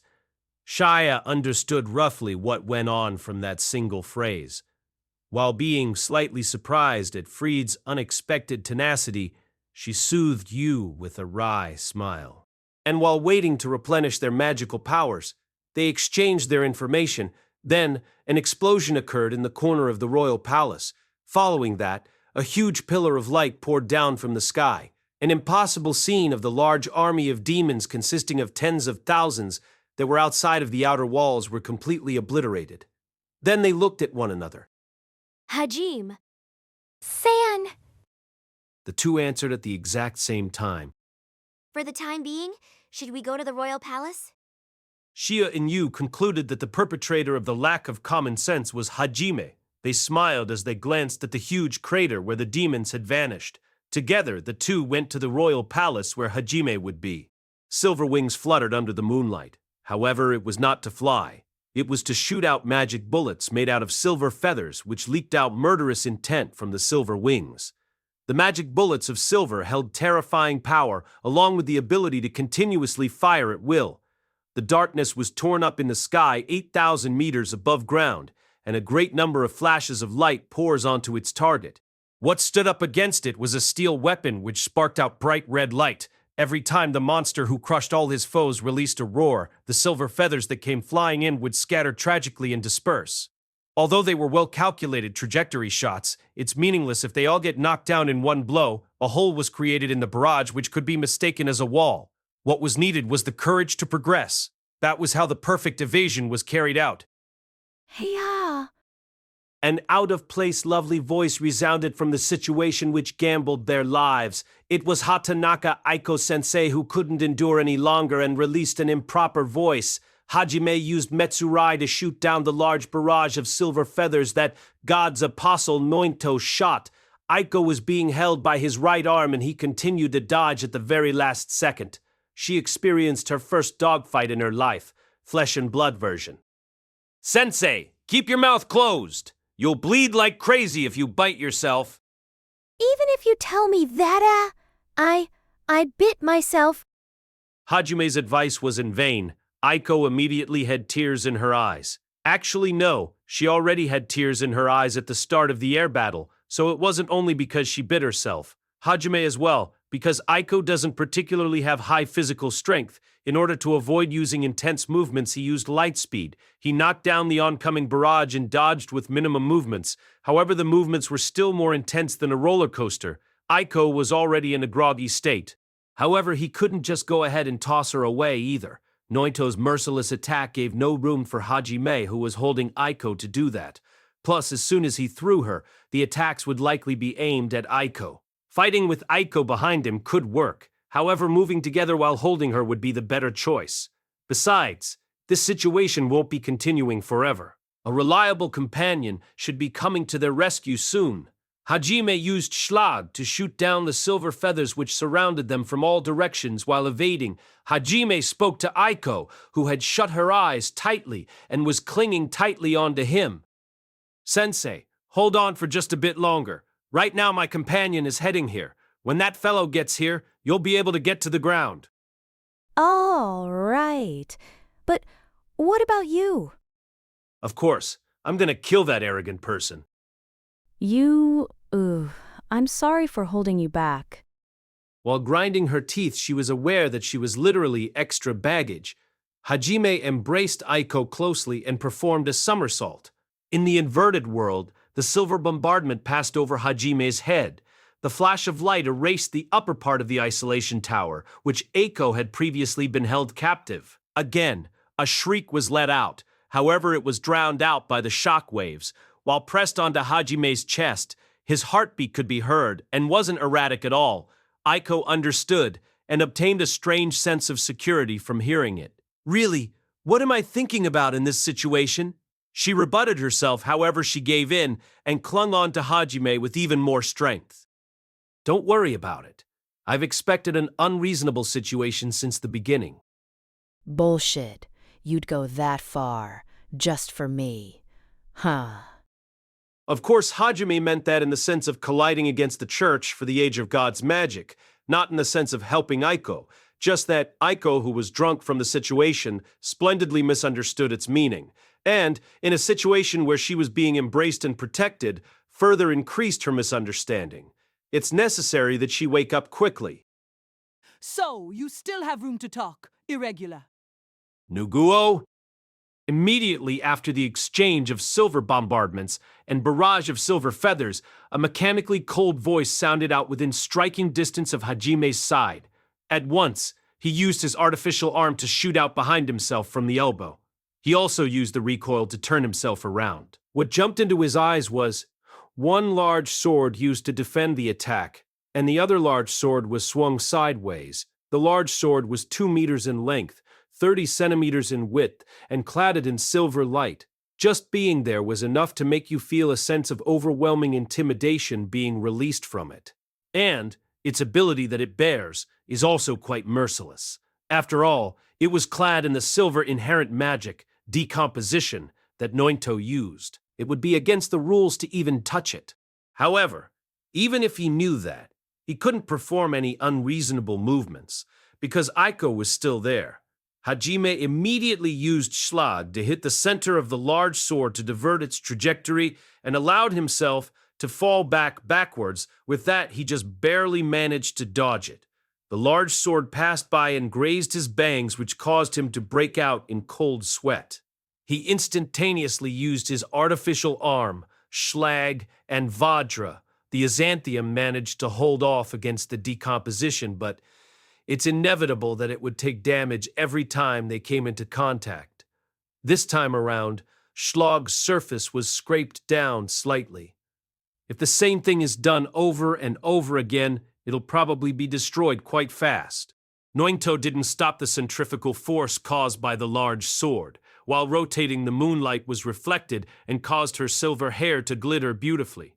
She then turned to Hajime and brought down her sword that she used to block the bullets. With immense power, the speed of the sword already far exceeded the common sense of its large frame. Once again, Hajime shot out a shell from his artificial arm to fend off the large sword and used its recoil to rotate. He then pointed Schlag's muzzle at Nointo and pulled the trigger 3 times. 3 flashes of light roared out as they headed towards Nointo's heart. He accurately shot them towards her abdomen. However, Nointo's reaction speed wasn't normal either. She had already held up her large sword to protect her stomach the moment Hajime aimed his gun. Hajime then used the crossbits to pursue Nointo, who was distanced due to the power of the railguns.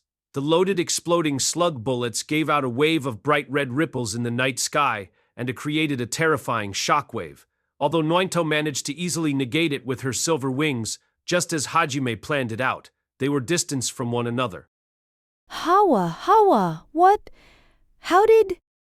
Sensei, I'm begging you, while we're still trying to kill each other, please don't release such cute sounds. It's like it'll ruin the mood. Cute, Nagumo-kun. What are you saying to your sensei?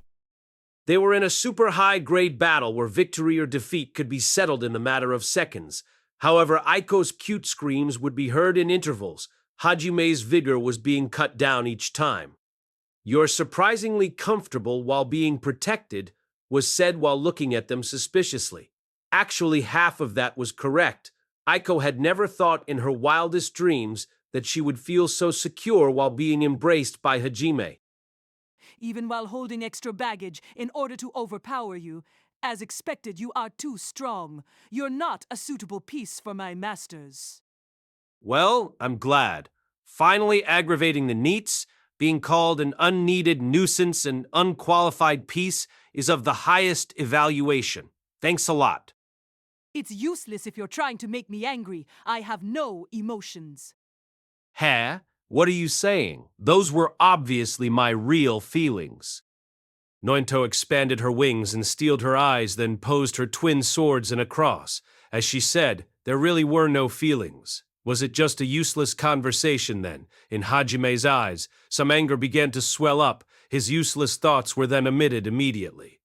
Anyhow, he'll still kill her. No matter what he thinks of Nointo, in the end, it's a trivial thing. Nointo's silver wings began to flutter again. The silver feathers were released and scattered in the sky. However, this time it wasn't shot at Hajime. Instead, they gathered around Nointo in an instant. Several silver feathers were piled up on top and overlapping each other. Right, it was a magic formation. The magic formation glowed out silver lights and Nointo glared at Hajime. And disastrous flame wave. The magic that was used created a huge tsunami of fire that scorched up the sky. It appears that she was able to not only use magic bullets, but also attribute magic. Though she's never used it up till now, it was because she judged that silver magic bullets would be enough. In other words, she's become serious. The huge wave of flames raised up and down and completely towered over their heads. Towards the extraordinary waves of flames, Aiko momentarily sees an illusion that the world was engulfed in great flames. She glanced up at Hajime from his chest. He was searching desperately for something and sweat could be seen on his cheeks. What Hajime was looking for was the core of the magic. If he can find it with his magic eye, he can make the whole thing disappear as long as he shoots through it. Of course, it would take godlike pinpoint accuracy to shoot through a needle-like hole, but for Hajime it was already a normal skill. However, the magic that Nointo used was a super wide-ranged magic. It was large enough to completely illuminate Kamiyama, which could be comparable to daytime. It was like searching for a needle in an ocean. The position of the core was unknown, and the time limit ended without mercy. The tsunami of flames that reached several hundred meters completely swallowed Hajime and Aiko without letting them escape. It was checkmate no matter how anyone looks at it. It would be normal to assume that the two people were completely burnt down and left no traces at all. However, Nointo didn't look away from the center of the great flames that burned brightly. Will you also surpass this? Immediately after Nointo muttered that, the attack's effects ended. At the center of the great flames, Hajime and Aiko were flawlessly enclosed by 4 cross bits. With Hajime and Aiko at the center, the 4 cross bits created a triangular pyramid and connected with one another through wires. A film of bright red light stretched in between the field where the wires connected. It's still only in its experimental stage, but it seems to have worked quite well. This is... Hajime's slightly relieved expression could be seen. This was possible because the wire and ores which carried space magic through generation magic were built into the cross bits. When 4 points were united, a box-type barrier would be formed. It's not just a simple barrier, though. It's the type that shuts out space itself. Theoretically, its defensive powers were guaranteed. However, it was still in the experimental stages, because there was no solid proof on how much it could actually endure. Hajime was slightly uneasy for a moment. Nointo looked at the barrier in amazement and saw Aiko, who was still embraced, being restless. Once again, she formed another magic formation. But there were more than 20 magic formations this time. Their forms unfolded as silver feathers were shot towards Hajime simultaneously. It was exactly like an attack of angry waves. Most likely, although the 4-point barrier might demonstrate considerable strength, it would be a problem for those inside of it to be caged in. Moreover, it's uncertain if it could endure Nointo's waves of all-out attacks. The bad side of this barrier was that Hajime could not attack while enclosed because space itself is cut off. Therefore, Hajime quickly released the barrier and distanced himself greatly away from Noito. He tried to devote himself to evading until Teo arrived. Then suddenly at that time, a song began to resound throughout Kamiyama. Hajime looked at where the singing was coming from as he dodged the silver feathers. There, he saw a gathering of church priests. Their hands were crossed in a prayer pose, and they continued singing. The chorus consisted of 100 priests gave out a solemnity feel to it, just like those that you'd be able to see at Earth. Just what? Immediately after Hajime questioned himself. What's this? My body is... Nagumo-kun? Oh, what is this Saul? Hajime and Aiko's bodies felt weird. Strength couldn't be found in their bodies and their magic powers were quickly diminishing. It was as if all their energy were being sapped out of their bodies. Moreover, particles of light began to cling on them and their movements became more obstructed. Ku, a magic that causes an abnormal state as expected of the head temple. Their measures against enemies are perfect. Hajime's guess was right on target. Ishtar and them noticed that Nointo, God's true apostle, was fighting and supported her with the hymn of supreme degeneration magic. This was a brutal magic which weakened the enemies and restrains them as well. It was an irregular magic which could only be sustained if continuously sanged by multiple priests at once. Ishtar, He seems to understand his duties well. Quite a good piece. Ishtar was looking at Nointo with an ecstatic expression from the ground, and Nointo looked back at him with eyes that showed no feelings.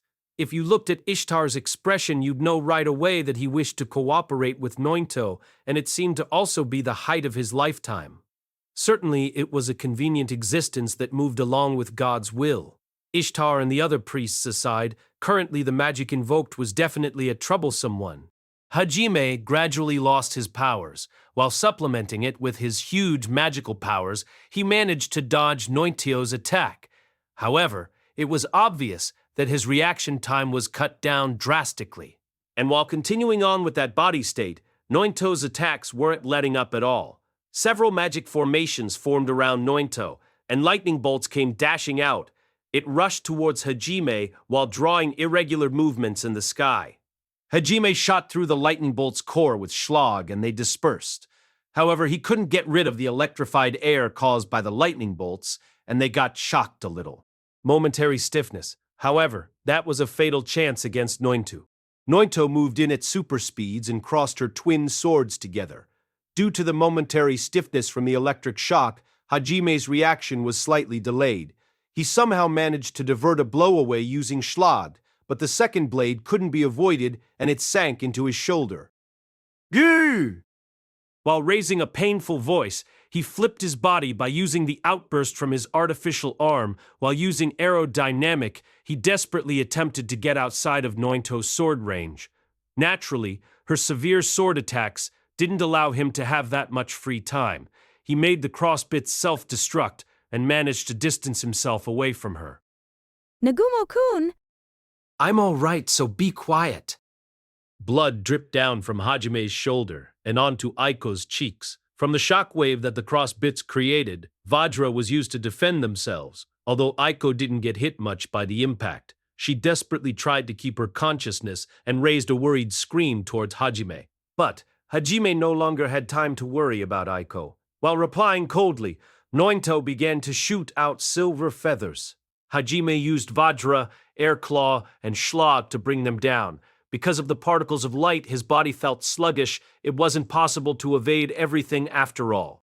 Towards that kind of Hajime, Nointo charged forwards from the front, was a feint and spread her silver wings. A light was emitted. The bright lights blinded Hajime's sights. However, Hajime's perception ability was first class. Immediately, he felt Nointo's presence behind him and turned Schlag around and rapidly fired. Consecutive explosions were heard. Turning around, he saw a bundle of silver feathers scattering around. Right, it was a decoy that Nointo made with a bundle of her silver feathers. Hajime's spine stood up straight. His instincts were ringing out loudly, warning him. Hajime regretted that he had turned around. He could only pull the trigger without properly aiming with his arm backwards. Bullets were shot, and luckily enough it flew towards Nointo's head, but she easily evaded by ducking her head, and one of the large swords cut down onto Hajime's back. Hajime used the derivation of Vajra, which was intensive strengthening to the best of his abilities. He steeled himself in preparation. Although Nointo's large sword was equal to Hajime's Vajra for an instant, the wall was immediately torn apart. The sword's tip swung down onto Hajime's body. Gah! Nagumo-kun. He felt pain burning on his back. Towards Hajime, who instinctively leaked out his voice. Aiko's expression and voice were impatient. However, Hajime countered Nointo by somersaulting forwards from using the impact of the cut. Nointo immediately pursues them with her sword held high. Hajime, whose body was sluggish, placed Vajra onto a crossbit to make it into a shield. Other crossbits were sent to the left and right of Nointo and released their built-in exploding bullets. As Nointo rushes in, she used her silver wings to brush off the bullets from the crossbits, and used her large sword to cut down the crossbits, acting as Hajime's shield. Furthermore, she flung her second sword onto the first one in order to devour the crossbit. It easily cut through. Hajime's eyes were opened wide. Nointo's eyes were literally right in front of his. Her eyes showed clearly that this was their difference. In other words, this is the end. Hajime's eyes showed no sign of giving up, however. In order to not let Aiko die in this situation, he needed to consider things. If it comes to it, Hajime decided that he would get hurt instead. In such cases, if he became too weakened, he'd have to regrettably use limit breakthrough. Without waiting for Teo to arrive, he prepared himself to sacrifice his left arm first. And, against Nointo's large sword, Hajime's held-up artificial left arm was torn into the moment when it was about to break through and deal a fatal injury. Along with the dragon's roar, a black flash approached from beneath them with terrific power. It was a scorching breath which eliminates everything. The violent black storm was accurately aimed at Nointo. Immediately, Nointo's silver wings wrapped around her body in a defensive stance. Just after that, the black breath directly hit Nointo's wings. Although it was being decomposed, the force of the blow pushed her away. The black and silver magics collide with one another and caused black-silver magical powers to scatter in the air. Nointo was flung backwards into one of the church's towers. With the sound of the impact, the tower began rattling and crumbled down. The screams of the priests, led by Ishtar, could be heard from underneath. They seemed to be upset because an apostle of God was blown off. Hajime took out Orkan from the treasure warehouse, and without looking, he shot all 12 rockets towards Ishtar's group. This time around, he ignored the different kind of screams being heard, because another voice echoed and drowned out theirs. Master, are you all right? Towards the voice, Hajime's cheeks loosen up, although he's still on the lookout for Nointo. The arrival of the dragon that he was waiting for came. You saved me, Teo. It was a bit dangerous just then. While happy because of Hajime's words, the black dragon, which was Teo, was seen regaining steepness after bringing down the powerful enemy, and came besides Hajime while fluttering her wings. I'm glad above all else that I made it on time. Later chastise, I want a reward. I'll think about it if you manage to protect Sensei. Really? Don't go forgetting those words now. Sensei Dono, you should get on Mistress's back. Hajime, in such a situation, Teo is still faithful to her own desires. In retrospect, you, Shia, and Kaori are two but, with an amazed expression. Aiko, who was embraced closely, was put on her back. Aiko somehow felt an odd sensation from the two's conversation. She clung obediently on Teo's back because now she won't be weighing him down any longer. Eto, Teo-san, my best regards. Umu, leave it to me. After all, Sensei is an important person to master. I won't let you fall into enemy hands. Aiko further increased her misunderstanding from the words, important person that Teo said, and anxiously looked at Hajime. However you looked at it, it wasn't the expression of anxiety that a teacher has towards a student. It was the air of a lady in love. However, there wasn't anyone there to tsukomi.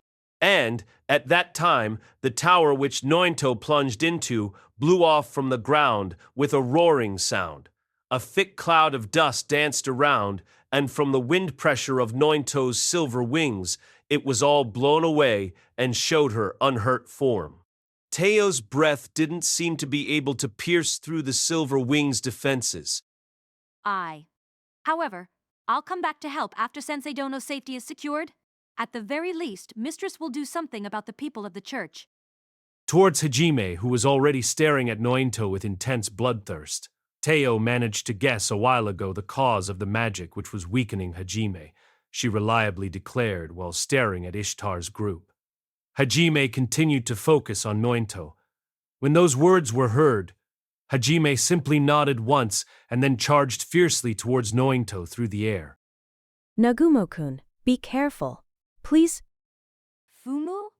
Oh, well. Towards Aiko, who was posed with both hands united in front of her chest praying, Teo seemed to have guessed what was going on and became interested. In other words, she let out a, "This is going to be interesting" voice. Sensei Dono. Though I understand you're worried about Master, I'm in a bit of a rush. I'll send you onto the ground, then Mistress will beat around the old damaged group over there. It wouldn't do for Master to be obstructed after all. Aiko said, "Wait," as Teo began to turn around. For what though? Teo glanced at Aiko, who was on her back, by bending her neck. Aiko returned the glance with a determined look. Teo-san, if you put me down on the ground now, wouldn't having to come back after dropping me off take up quite a bit of time? This is 8,000 meters in the sky. Going back and forth should be quite harsh. Moo? Certainly, that's absolutely right, but Sensei Dono, you can't be thinking to... Yes, if Teo-san intends to fight for Nagumo-kun's sake, then please allow me to help. If you don't immediately do something about Ishtar-san's group, Nagumo-kun would quickly weaken. It would be a waste of time to send me back down onto the ground. What Aiko says is possible, however, honestly, Teo is reluctant. Although a lot of people seem to have been injured by the Orkan's attack, if you looked, Ishtar is preparing to sing the hymn again while also constructing a barrier. Teo wanted to blow them all away as well. But, if by chance Aiko gets hurt, the promise with Hajime would disappear. But, it may be bad of me to say this to Sensei Dono, but what can you do without magic formations nor battle experience? Can you fight against the priests and their knights? Teo's opinion was severe, which caused Aiko to strongly grit her teeth, and then she slowly moved her finger towards her mouth, and with her eyes closed, she bit and made a cut on her finger. The blood that dripped from her fingertip was used to draw magic formations by smearing it onto the back of her opposite hand. I may not look like it, but in terms of magical powers, I'm equal to Amanogawa-kun, who is the hero. Though I don't have any battle experience, I'll show you that I can properly assist you. Fighting against another person, honestly, I'm scared, but I have no other choice but to do it. From now on, in order for everyone to survive and return to Japan, more than anyone else, I must not run away. The kingdom that was skeptical to invasion, even the king had become a fanatic like the priests. Relying on God who planned out everything in the first place is no longer an option. In order to survive in this world now, Aiko and them must continue advancing ahead. If that's so as the teacher, even if she was avoided for it, what must be done must be done. Teo understood from the determination in Aiko's eyes, though she still hesitated. She decided to permit Aiko tagging along because there was no other way.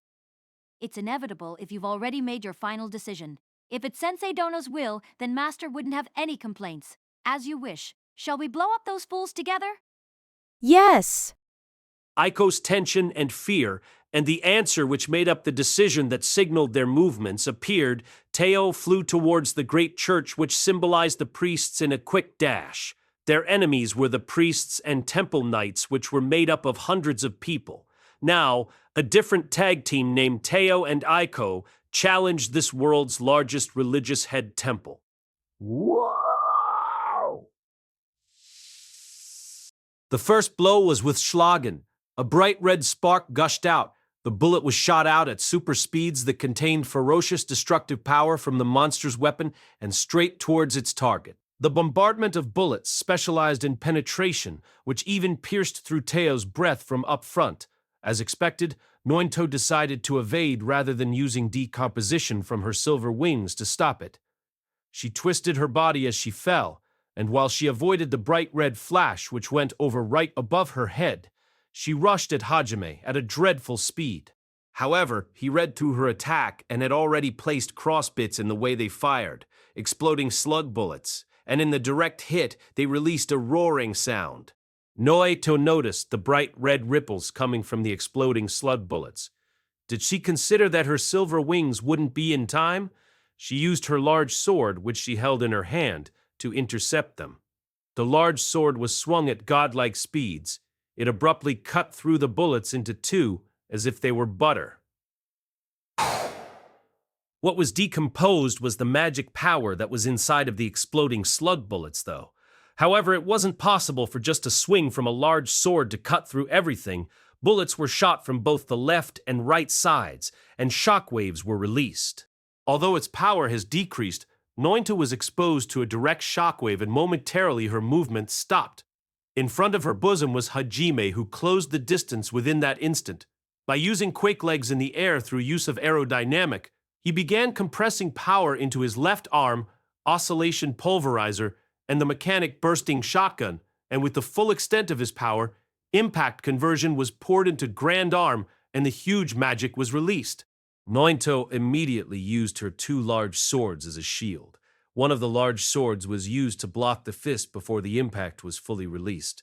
She barely made it at the last second. She managed to stop Hajime's steel fist. However, she wasn't able to suppress its power.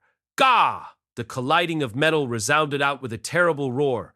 Nointo was blown away by the intense force. Hajime didn't slack and continued his pursuit. Donner and Schlad was immediately pulled out and fired at maximum power. 2 roaring explosions were heard. 2 bright red flashes tore through the dark night. However, Nointo crossed both her swords as she blew off to take on a defensive stance, as there was going to be 12 impacts incoming. Cool!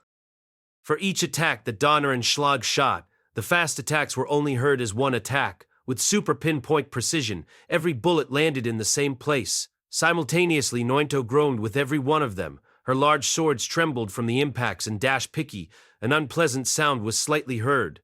Hajime wondered to himself if he should feel amazed that the durability of the 2 large swords was able to withstand 12 railguns and his fist attack with his whole body put into it, and still didn't break. She was blown away even further. Once again, Nointo was buried, after destroying some facilities that were solemnly decorated by the church. Hajime took Orkan out of his treasure warehouse and launched all his rockets, just in case. The group of rockets lit off sparks and dealt fatal wounds onto the building, which was on the verge of collapsing. The building collapsed completely, along with a great explosion. It was wrapped up in great flames reaching 3,000 degrees Celsius from the large amount of tar being stored inside the rockets. While looking at the great flames which dyed the night sky in red, Hajime still didn't loosen his guard yet. He reloaded rockets into Orkan from the treasure warehouse, and once again he took aim at the mountain of rubble that was burning brightly. From below. Right, as Hajime jumped and looked down underneath him, the ground where he once stood had exploded before his eyes. Nointo flapped her silver wings and flew out of the hole. It appears that she managed to save herself from the rest of the assault by using magic to go underneath the ground. A large amount of silver feathers were shot out like a machine gun, and she also released her silver bombardment. They exchanged blows while swaying around like a blown leaf in the wind. She crossed her twin swords together, and from the small gap, a sword attack came through from the side and was warded off by the railgun. Then Hajime launched missiles at Nointo. Nointo, who understood Orkan's power by experiencing it with her body, flew away quickly while releasing silver lights to get away from the pursuing missiles. While she released silver feathers to intercept the missile, she also created magic formations to launch magic attacks in fierce waves towards Hajime. Countless missiles were shot out and explosive flames in full bloom rained down from the sky. The night sky, Hajime put Orkan away and immediately pulled out Donner and Schlad again. He quickly shot through the core of the magic attacks that were heading at him, and Nointo similarly brought down all the missiles. A small silence came from the intervals of the fierce aerial battle. Nointo and Hajime were facing each other in the air. "Nah, I've got something I want to ask. Will you hear me out for a bit?" What is it? The Ninozku invading the kingdom's capital shouldn't be unknown to the church. He was one-sidedly attacked without being able to ask his questions, so a temporary truce was given because Nointo decided to listen. It was the perfect time for Hajime to continue talking. The things that are happening on the ground. At this rate, wouldn't the kingdom fall into ruins? Next is obviously this vertical bar Kamiyama-J. Rather than waste your time fighting me, shouldn't you be fighting the Majinzoku? Hajime stated a reasonable question, however. Nointo snorted through her nose, conveying that it was a foolish question. If it comes to that, then that one probably be the conclusion for this era vertical bar. The end, as I thought. Ahito only sees humans as another person. We're only pieces for them to waste time on. By chance, the human beings were chosen for this era this time around? At the rate this is going, is Ahito on the Majinzoku god's side, or has he become their subordinate vertical bar? If so, what are you going to do about it? No, I just thought PD check up on the amount of credibility the Liberators' stories had. After all, to me, both sides are still just suspicious people.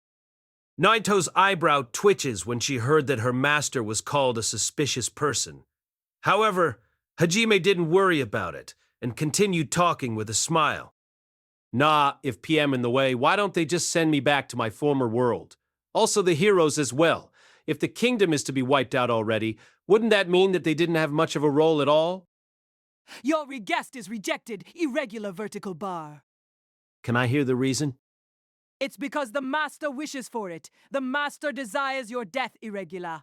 Eliminating all difficulties, obtaining immense power and strong comrades, and then completely ruining the balance. My Master absolutely wishes for your death. That's why, in a way that you'll suffer the most, lamenting your choices, then finally ending you while tasting regret and despair. To the maximum amount, in order to give my master the highest delight possible. About the heroes, there was quite an elaborate and interesting idea. Rather, the masters become very interested. Therefore, while you're still here as a piece, continue dancing around to please my master. Hajime wasn't worried at all and agreed within his mind. He shrugged his shoulders as the answer was roughly what he expected it to be after hearing what Mirde Raisen had told them before. In other words, those fellows were certainly trash. However, rather than himself, those last words made him anxious. An interesting idea.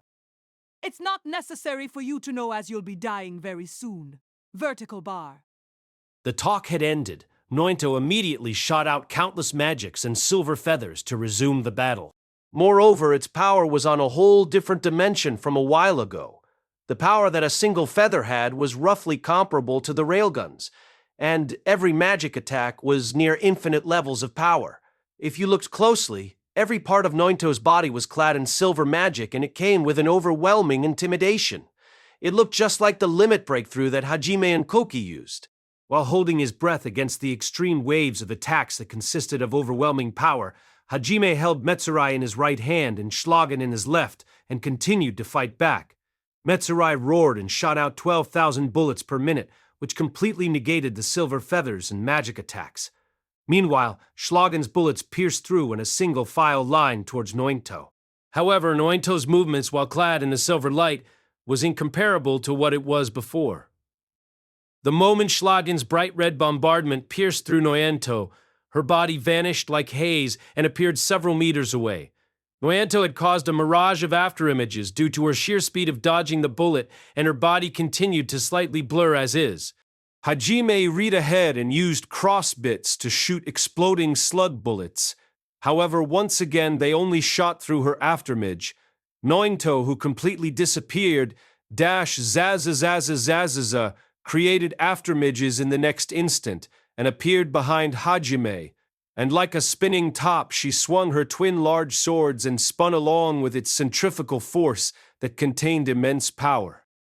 -9. Nointo's last movements far exceeded Hajime's perception with light speed. Active, it was a complete surprise attack. Though he just barely managed to lean his body back to avoid a direct hit, Schlagen, which was used as a shield, was cut into two. Its built-in energy discharged by accident, and a huge explosion erupted in between Hajime and Nointo. That momentarily caused Nointo to delay her pursuit. However, it allowed Hajime enough time to counterattack. Hajime's body became clad in bright red magic. He had used limit breakthrough. Towards Nointo, who was advancing, Hajime also advanced a step. Metsurai was no longer in his hands. Instead, he held on to Donner and Schlag. From that point on, it was going to be super close combat. Tsua! Immediately after Hajime dodged the half-swung large sword, both large swords were swung at his body with exquisite timing. Using Schlag, he repelled one sword by shooting a railgun at its center, and the other was deflected with the upper side of its barrel. Donner in his right hand was aimed directly at Nointo's heart. A bright red flash shot out, but Nointo dodged while rotating and left an afterimage. With its momentum, she swung her large swords with increased power.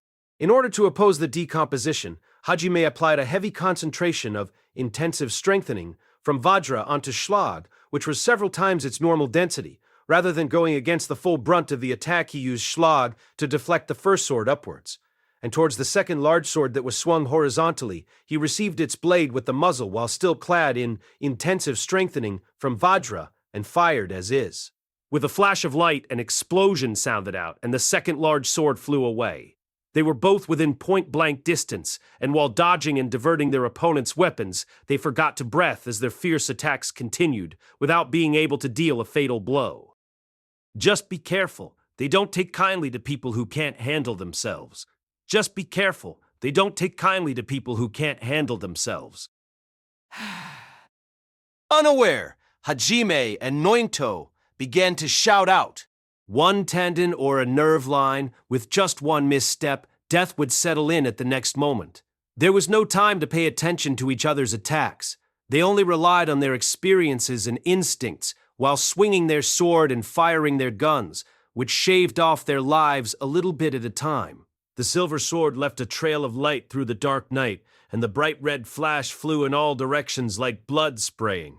If both attacks were being compared to the sun, their storm of attacks would be considered a flare. In 1 second, in order to continue surviving, they dodged each other's attacks, and their speeds rose without bounds. In proportion, if they were slightly grazed, blood would be stained everywhere. Hajime had shallow cuts everywhere on his body. Nointo was dripping blood from where she was gouged. Hajime and Noito's abilities were equal. The way things were going, the battle of offense and defense was thought to continue on for eternity. However, Hajime was being cornered. No, to be accurate, he was going to be corned. Hajime had already understood, because none of Noito's magical power has been consumed since the start of the battle. Needless to say, Hajime had a time limit on using Limit Breakthrough. It would forcefully cancel itself and leave him in a weakened state for a while. Although Hajime's magical power was huge, it wouldn't be able to keep up indefinitely. On the other hand, Noito was apparently gaining a supply of magical power from somewhere else, which allowed her to continue her strengthening and was virtually unrestricted. Hajime's magic eye was shining brightly. He was able to see that something similar to a magic stone was lodged into Noito's heart. Hajime decided that if things stayed the way they were, he'd gradually be beaten, be blown away. Simultaneously with the shout, Hajime had the crossbits fire exploding slug bullets while he was still within the blast's vicinity. Have you gone mad, vertical bar? Nointo's inorganic eyes slightly opened widely. Her eyes carried a color of doubt, which questioned Hajime's sanity. Dozens of exploding slug bullets were shot out by the 6 crossbits immediately and made countless ripples centering around Hajime and Noito. Noito wrapped her silver wings around her body at once, and Hajime also used Vajra to its maximum output. Immediately following that, a bright red flower of light bloomed above in the night sky. Needless to say, the immense shockwave blew away Hajime and Noito. It was a terrifying shockwave. It pierced through Vajra and caused quite a bit of damage to Hajime's body. As evidence, Hajime was grandly spraying blood everywhere. He was covered in wounds. Noito didn't get away free of harm either because she couldn't wrap herself on time. She was also gushing with wounds, and she coughed out blood as well. It seems that the impact reached her internal organs. Were you going for a double suicide? Ha ha ha, suiciding with you? Ha, that's a harsh joke.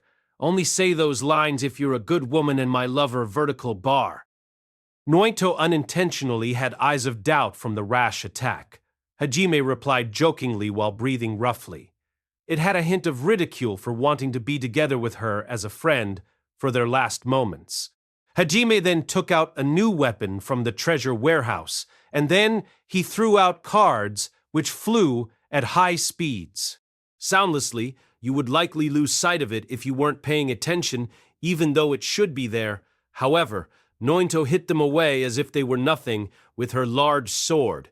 While spinning around in the air, a Engetsu ring donut-shaped disc about 15 centimeters in diameter, or a throwing weapon called a chakram. Thou this? Have you run out of... Towards the primitive weapons, Noito had slightly relaxed her guard towards Hajime. Railguns shot out from Hajime's right and left hands. Immediately afterwards, bright red flashes of light appeared on Nointo's left and right side. Who was facing Hajime, her head would be crushed by the assault. Nointo couldn't release her words due to the impossible situation. She immediately positioned her twin large swords by her side as shields. All 12 bullets that were discharged by Donner and Schlag were exploding bullets, and just like before, they were pinpoint accuracy attacks.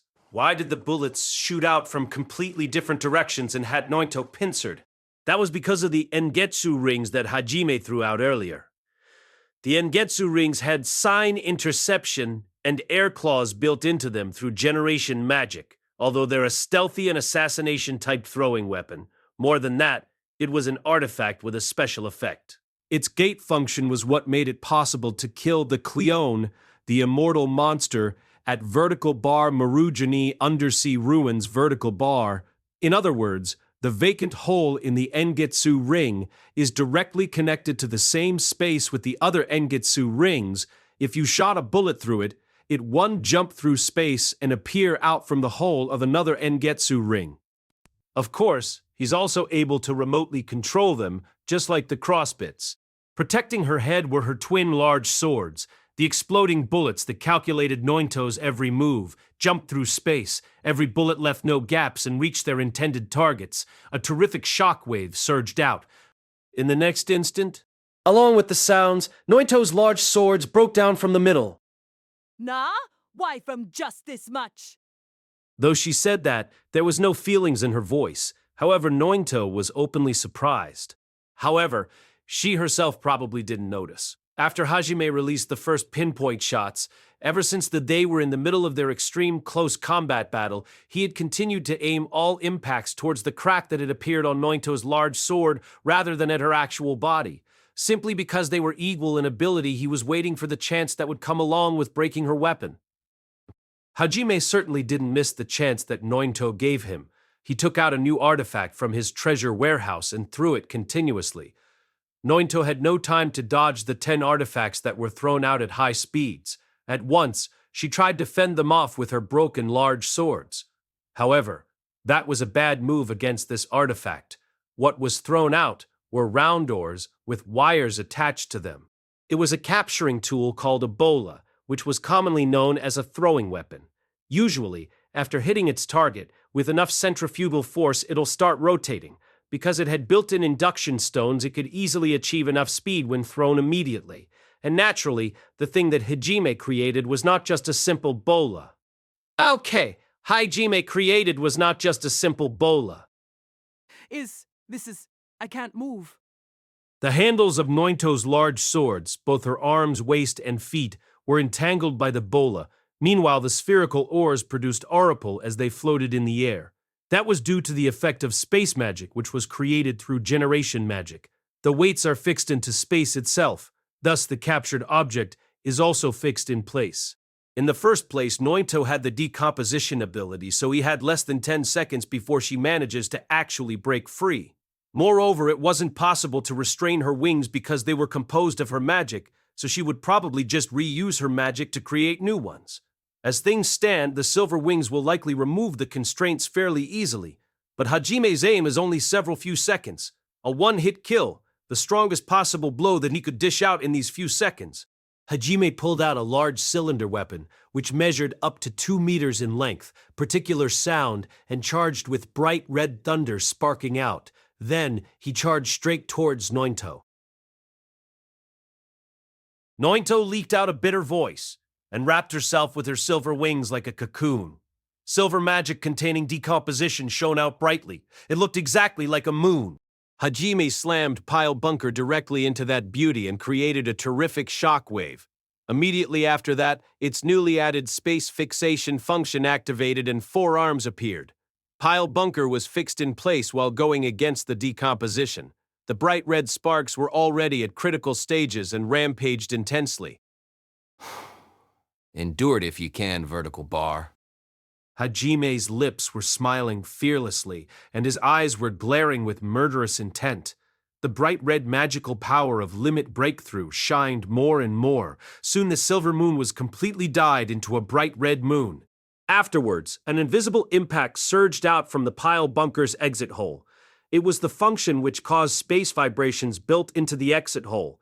It was a simplified version of the space magic Tremble Heaven. It shot a fierce vibration towards the target. The combination caused the target's durability to decrease drastically. And along with gravity magic at the moment of the impact, the jet black stake increased its weight up to 20 tons and was released with a roaring sound like a thunder. At zero distance with explosive charge that was compressed in shockwave conversion magic, the stake made of azanthium drilled down in godlike speeds of acceleration due to the electromagnetic induction, and it completely destroyed its prey. The jet black stake released bright red sparks and easily pierced through the two silver wings. It penetrated through Nointo's heart and still continued further. It went straight through her body and tore off a wing from its root. Then, just like a meteor, it flew away into the distance while emitting a red trail. What remained was Nointo's figure with a hole literally opened at the place where her magical power supply source was. Blood probably didn't spill out because the wound was completely charred by Thunderclad. It was just a body with a hole punctured in its chest, which makes it not feel human at all. The eyes that peeped out were cold and mechanical as ever, and the silver wings dispersed into the air. It was simply still. Hajime seemed to have some mixed feelings about the reproachful atmosphere. While looking at Nointo's eyes, it quickly lost its light and became hollow. While tilting a little, her body fell down onto a remote hillside nearby the church's building. On the surface of the dark mountain, Nointo's silver glow shined brightly. When Hajime got down by her side, he pulled out Donner and aimed it at her head. Although his magic eye and his perception system ability showed that Nointo was definitely dead, he felt uneasy unless he shot a bullet into her head. It was a nasty habit of his. At the moment when Hajime was about to pull the trigger on Donner, a huge explosion roared out and caused Vertical Bar Kamiyamage to shake severely. The spectacle that greeted Hajime's eyes when he looked back was the church and its cathedral collapsing, while a huge mushroom cloud formed from it with a roaring sound. Hajime's unintentional mutter echoed out rather clearly.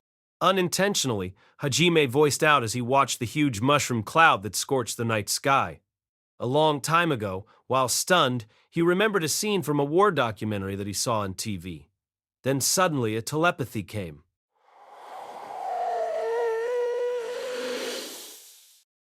Ma, Master, how are things on your side?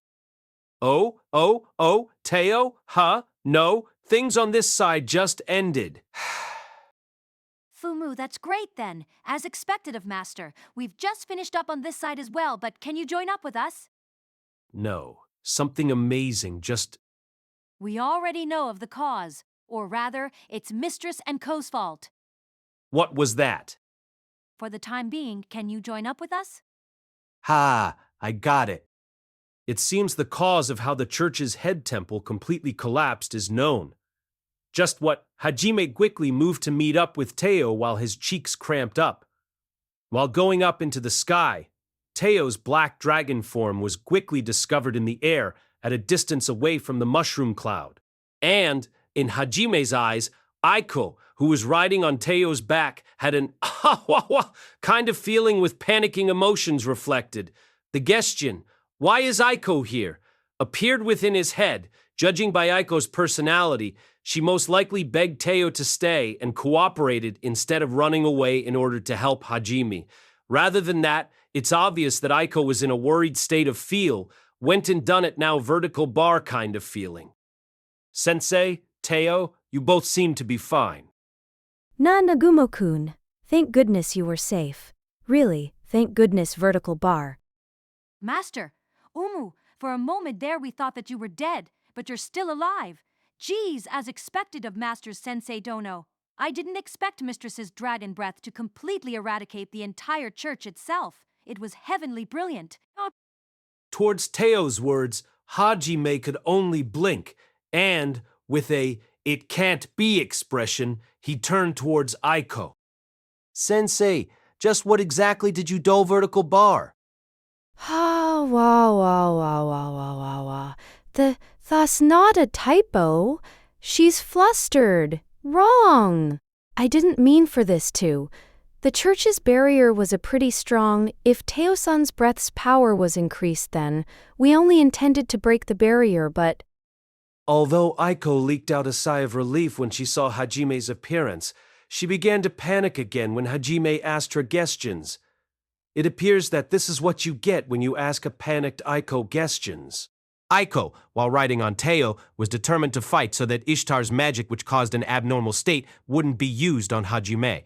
However, even with a high aptitude for magic, Aiko, who didn't have a satisfactory magic formation, wasn't able to release strong magic attacks. And again, the cathedral itself seemed to be an artifact which created a powerful barrier. If Ishtar was being protected within the barrier, then even Teo's breath wouldn't be able to reach him. If this continues, Ishtar will be able to calmly use magic from a safe zone. She thought about whether or not there was a way to obtain more power to exceed the barrier as they dodged the Temple Knight's attacks. What Aiko came up with was to take advantage of her own special skills. By the way, Aiko's abilities are as followed: vitality, resistance, agility, magic, magic resistance, skills, soil management, soil recovery.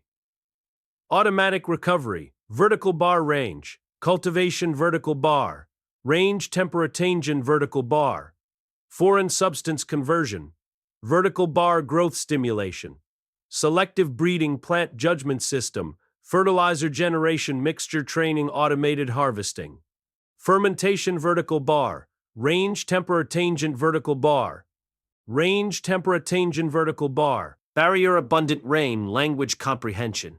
Among these skills, it seems that she used fermentation operation. About Ikami Image, since there are lots of people living here, there was a large amount of things that could be fermented. With that in mind, she seemed to have tried to perform methane fermentation like on Earth. To be exact, it was a replica with different world substances. However, there was no change in it being flammable gas. While single-mindedly spreading it around the church, it wasn't a magic attack, so the church's barrier didn't react as it was merely fermentation, and it actively collected within and outside of the barrier just like air. In order to keep it within ascertained range, Teo manipulated the wind to blow them into a fixed location, and, with so much flammable gas gathered like this, combined with Teo's breath, it would be possible to destroy the church's barrier. With that, when she released her, It became like this vertical bar. Mistress and Co. blew them away on Agron scale. It's been a long time since I've last felt death. Far from destroying the barrier, the church itself erupted. Such a method, throughout Mistress's life, she's never thought of anything like this. As expected of Master Sensei Dono. PM impressed. That's wrong. It wasn't like that. I didn't think it would explode so much like this. Just that, I thought I shouldn't half-ass it. That's the truth. Huh? Everyone of the church, what's become of them? Aiko made excuses while flustering and teary-eyed. Her eyes began to wander towards the church ruins. Hajime and Teo also looked towards the mountain of ruins. Ma, they were likely blown away with it, vertical bar. The church just put too much faith in their barrier. It was also a surprise attack, completely defenseless against that blast. It's likely none are alive. It canned, saying that, although I prepared myself for this. Having been an accomplice, Aiko's face turned pale as she was the cause that led to the explosion, killing everyone of the church. Although she steeled herself for the battle, she can't regain her composure when the results were being pointed out. Unintentionally, she vomited on the spot. To Aiko, who was crying and vomiting, Hajime scratched his head kari kari and gayatly snuggled up with Aiko, and he held Aiko's hands without minding that it was dirty with vomit. The current Aiko required warmth. Aiko felt warmth being transmitted through her numb hands, and her frozen heart melted, and, just for now, she forgot everything related to a teacher and student relationship. She leaped onto Hajime's chest and clung on tightly while sobbing. Teo voiced her sad opinion while looking at the terrible sight of her back. She immediately used reproduction magic to restore her scales. Teo also desired to allow Aiko some time to recover. She was the one who shot the breath to begin with, so Aiko didn't have to feel more responsibility than necessary. However, right now wasn't the right time to explain that. So, with reproduction magic, she slightly healed her worn-out soul. Aiko, whose energy returns, looks up from Hajime's chest. Although it's become a terrible scene because she has so much snot, tears, and vomit, Hajime didn't particularly mind and simply took out some water and towel from the treasure warehouse and cleaned up the dirty Aiko. Although Aiko was upset to have shown such disgraceful behavior, she remained as is. Vertical bar. Have you calmed down? Sensei, vertical bar. Vertical bar X, yes. IPM fine now. Nagumo-kun? Aiko, who pulled herself back together after Hajime's gestion, her face was dyed in red with shame and whatnot. Somehow, Hajime's voice causes her fever up. The eyes glancing upwards and staring were feverish and moist. No matter how you looked at it, that wasn't caused by only a sense of shame, rather it was the expression which held special feelings. Hajime only saw Aiko as a teacher and not a woman, however, as expected, when such an expression is being shown, vertical bar are. Isn't something about this different? Is it possibly that kind? He managed to understand Aiko's feelings, and his cheek cramped up. This was dangerous in various ways. Hajime immediately averted his eyes, and Teo voiced out a word of caution. Master, there's a person. He clearly doesn't seem to be ordinary. What was that? It couldn't be. It's surprising that anyone could have survived that kind of explosion. Hajime looked in the direction that Teo was looking. There was definitely a man with a bald head and wearing white vestments descending. Hajime and them stared directly at him. However, as Teo said, he definitely wasn't an ordinary person. That was because his body was transparent, and he was swinging waveringly. Did the man with the bald head guess that Hajime and them had recognized him? He turned around and started heading back. He was moving as if gravity didn't exist and slipped and slid to the other side of the mountain rubble. And he turned around just before he disappeared to glance over at Hajime and them. Is he trying to tell us to follow?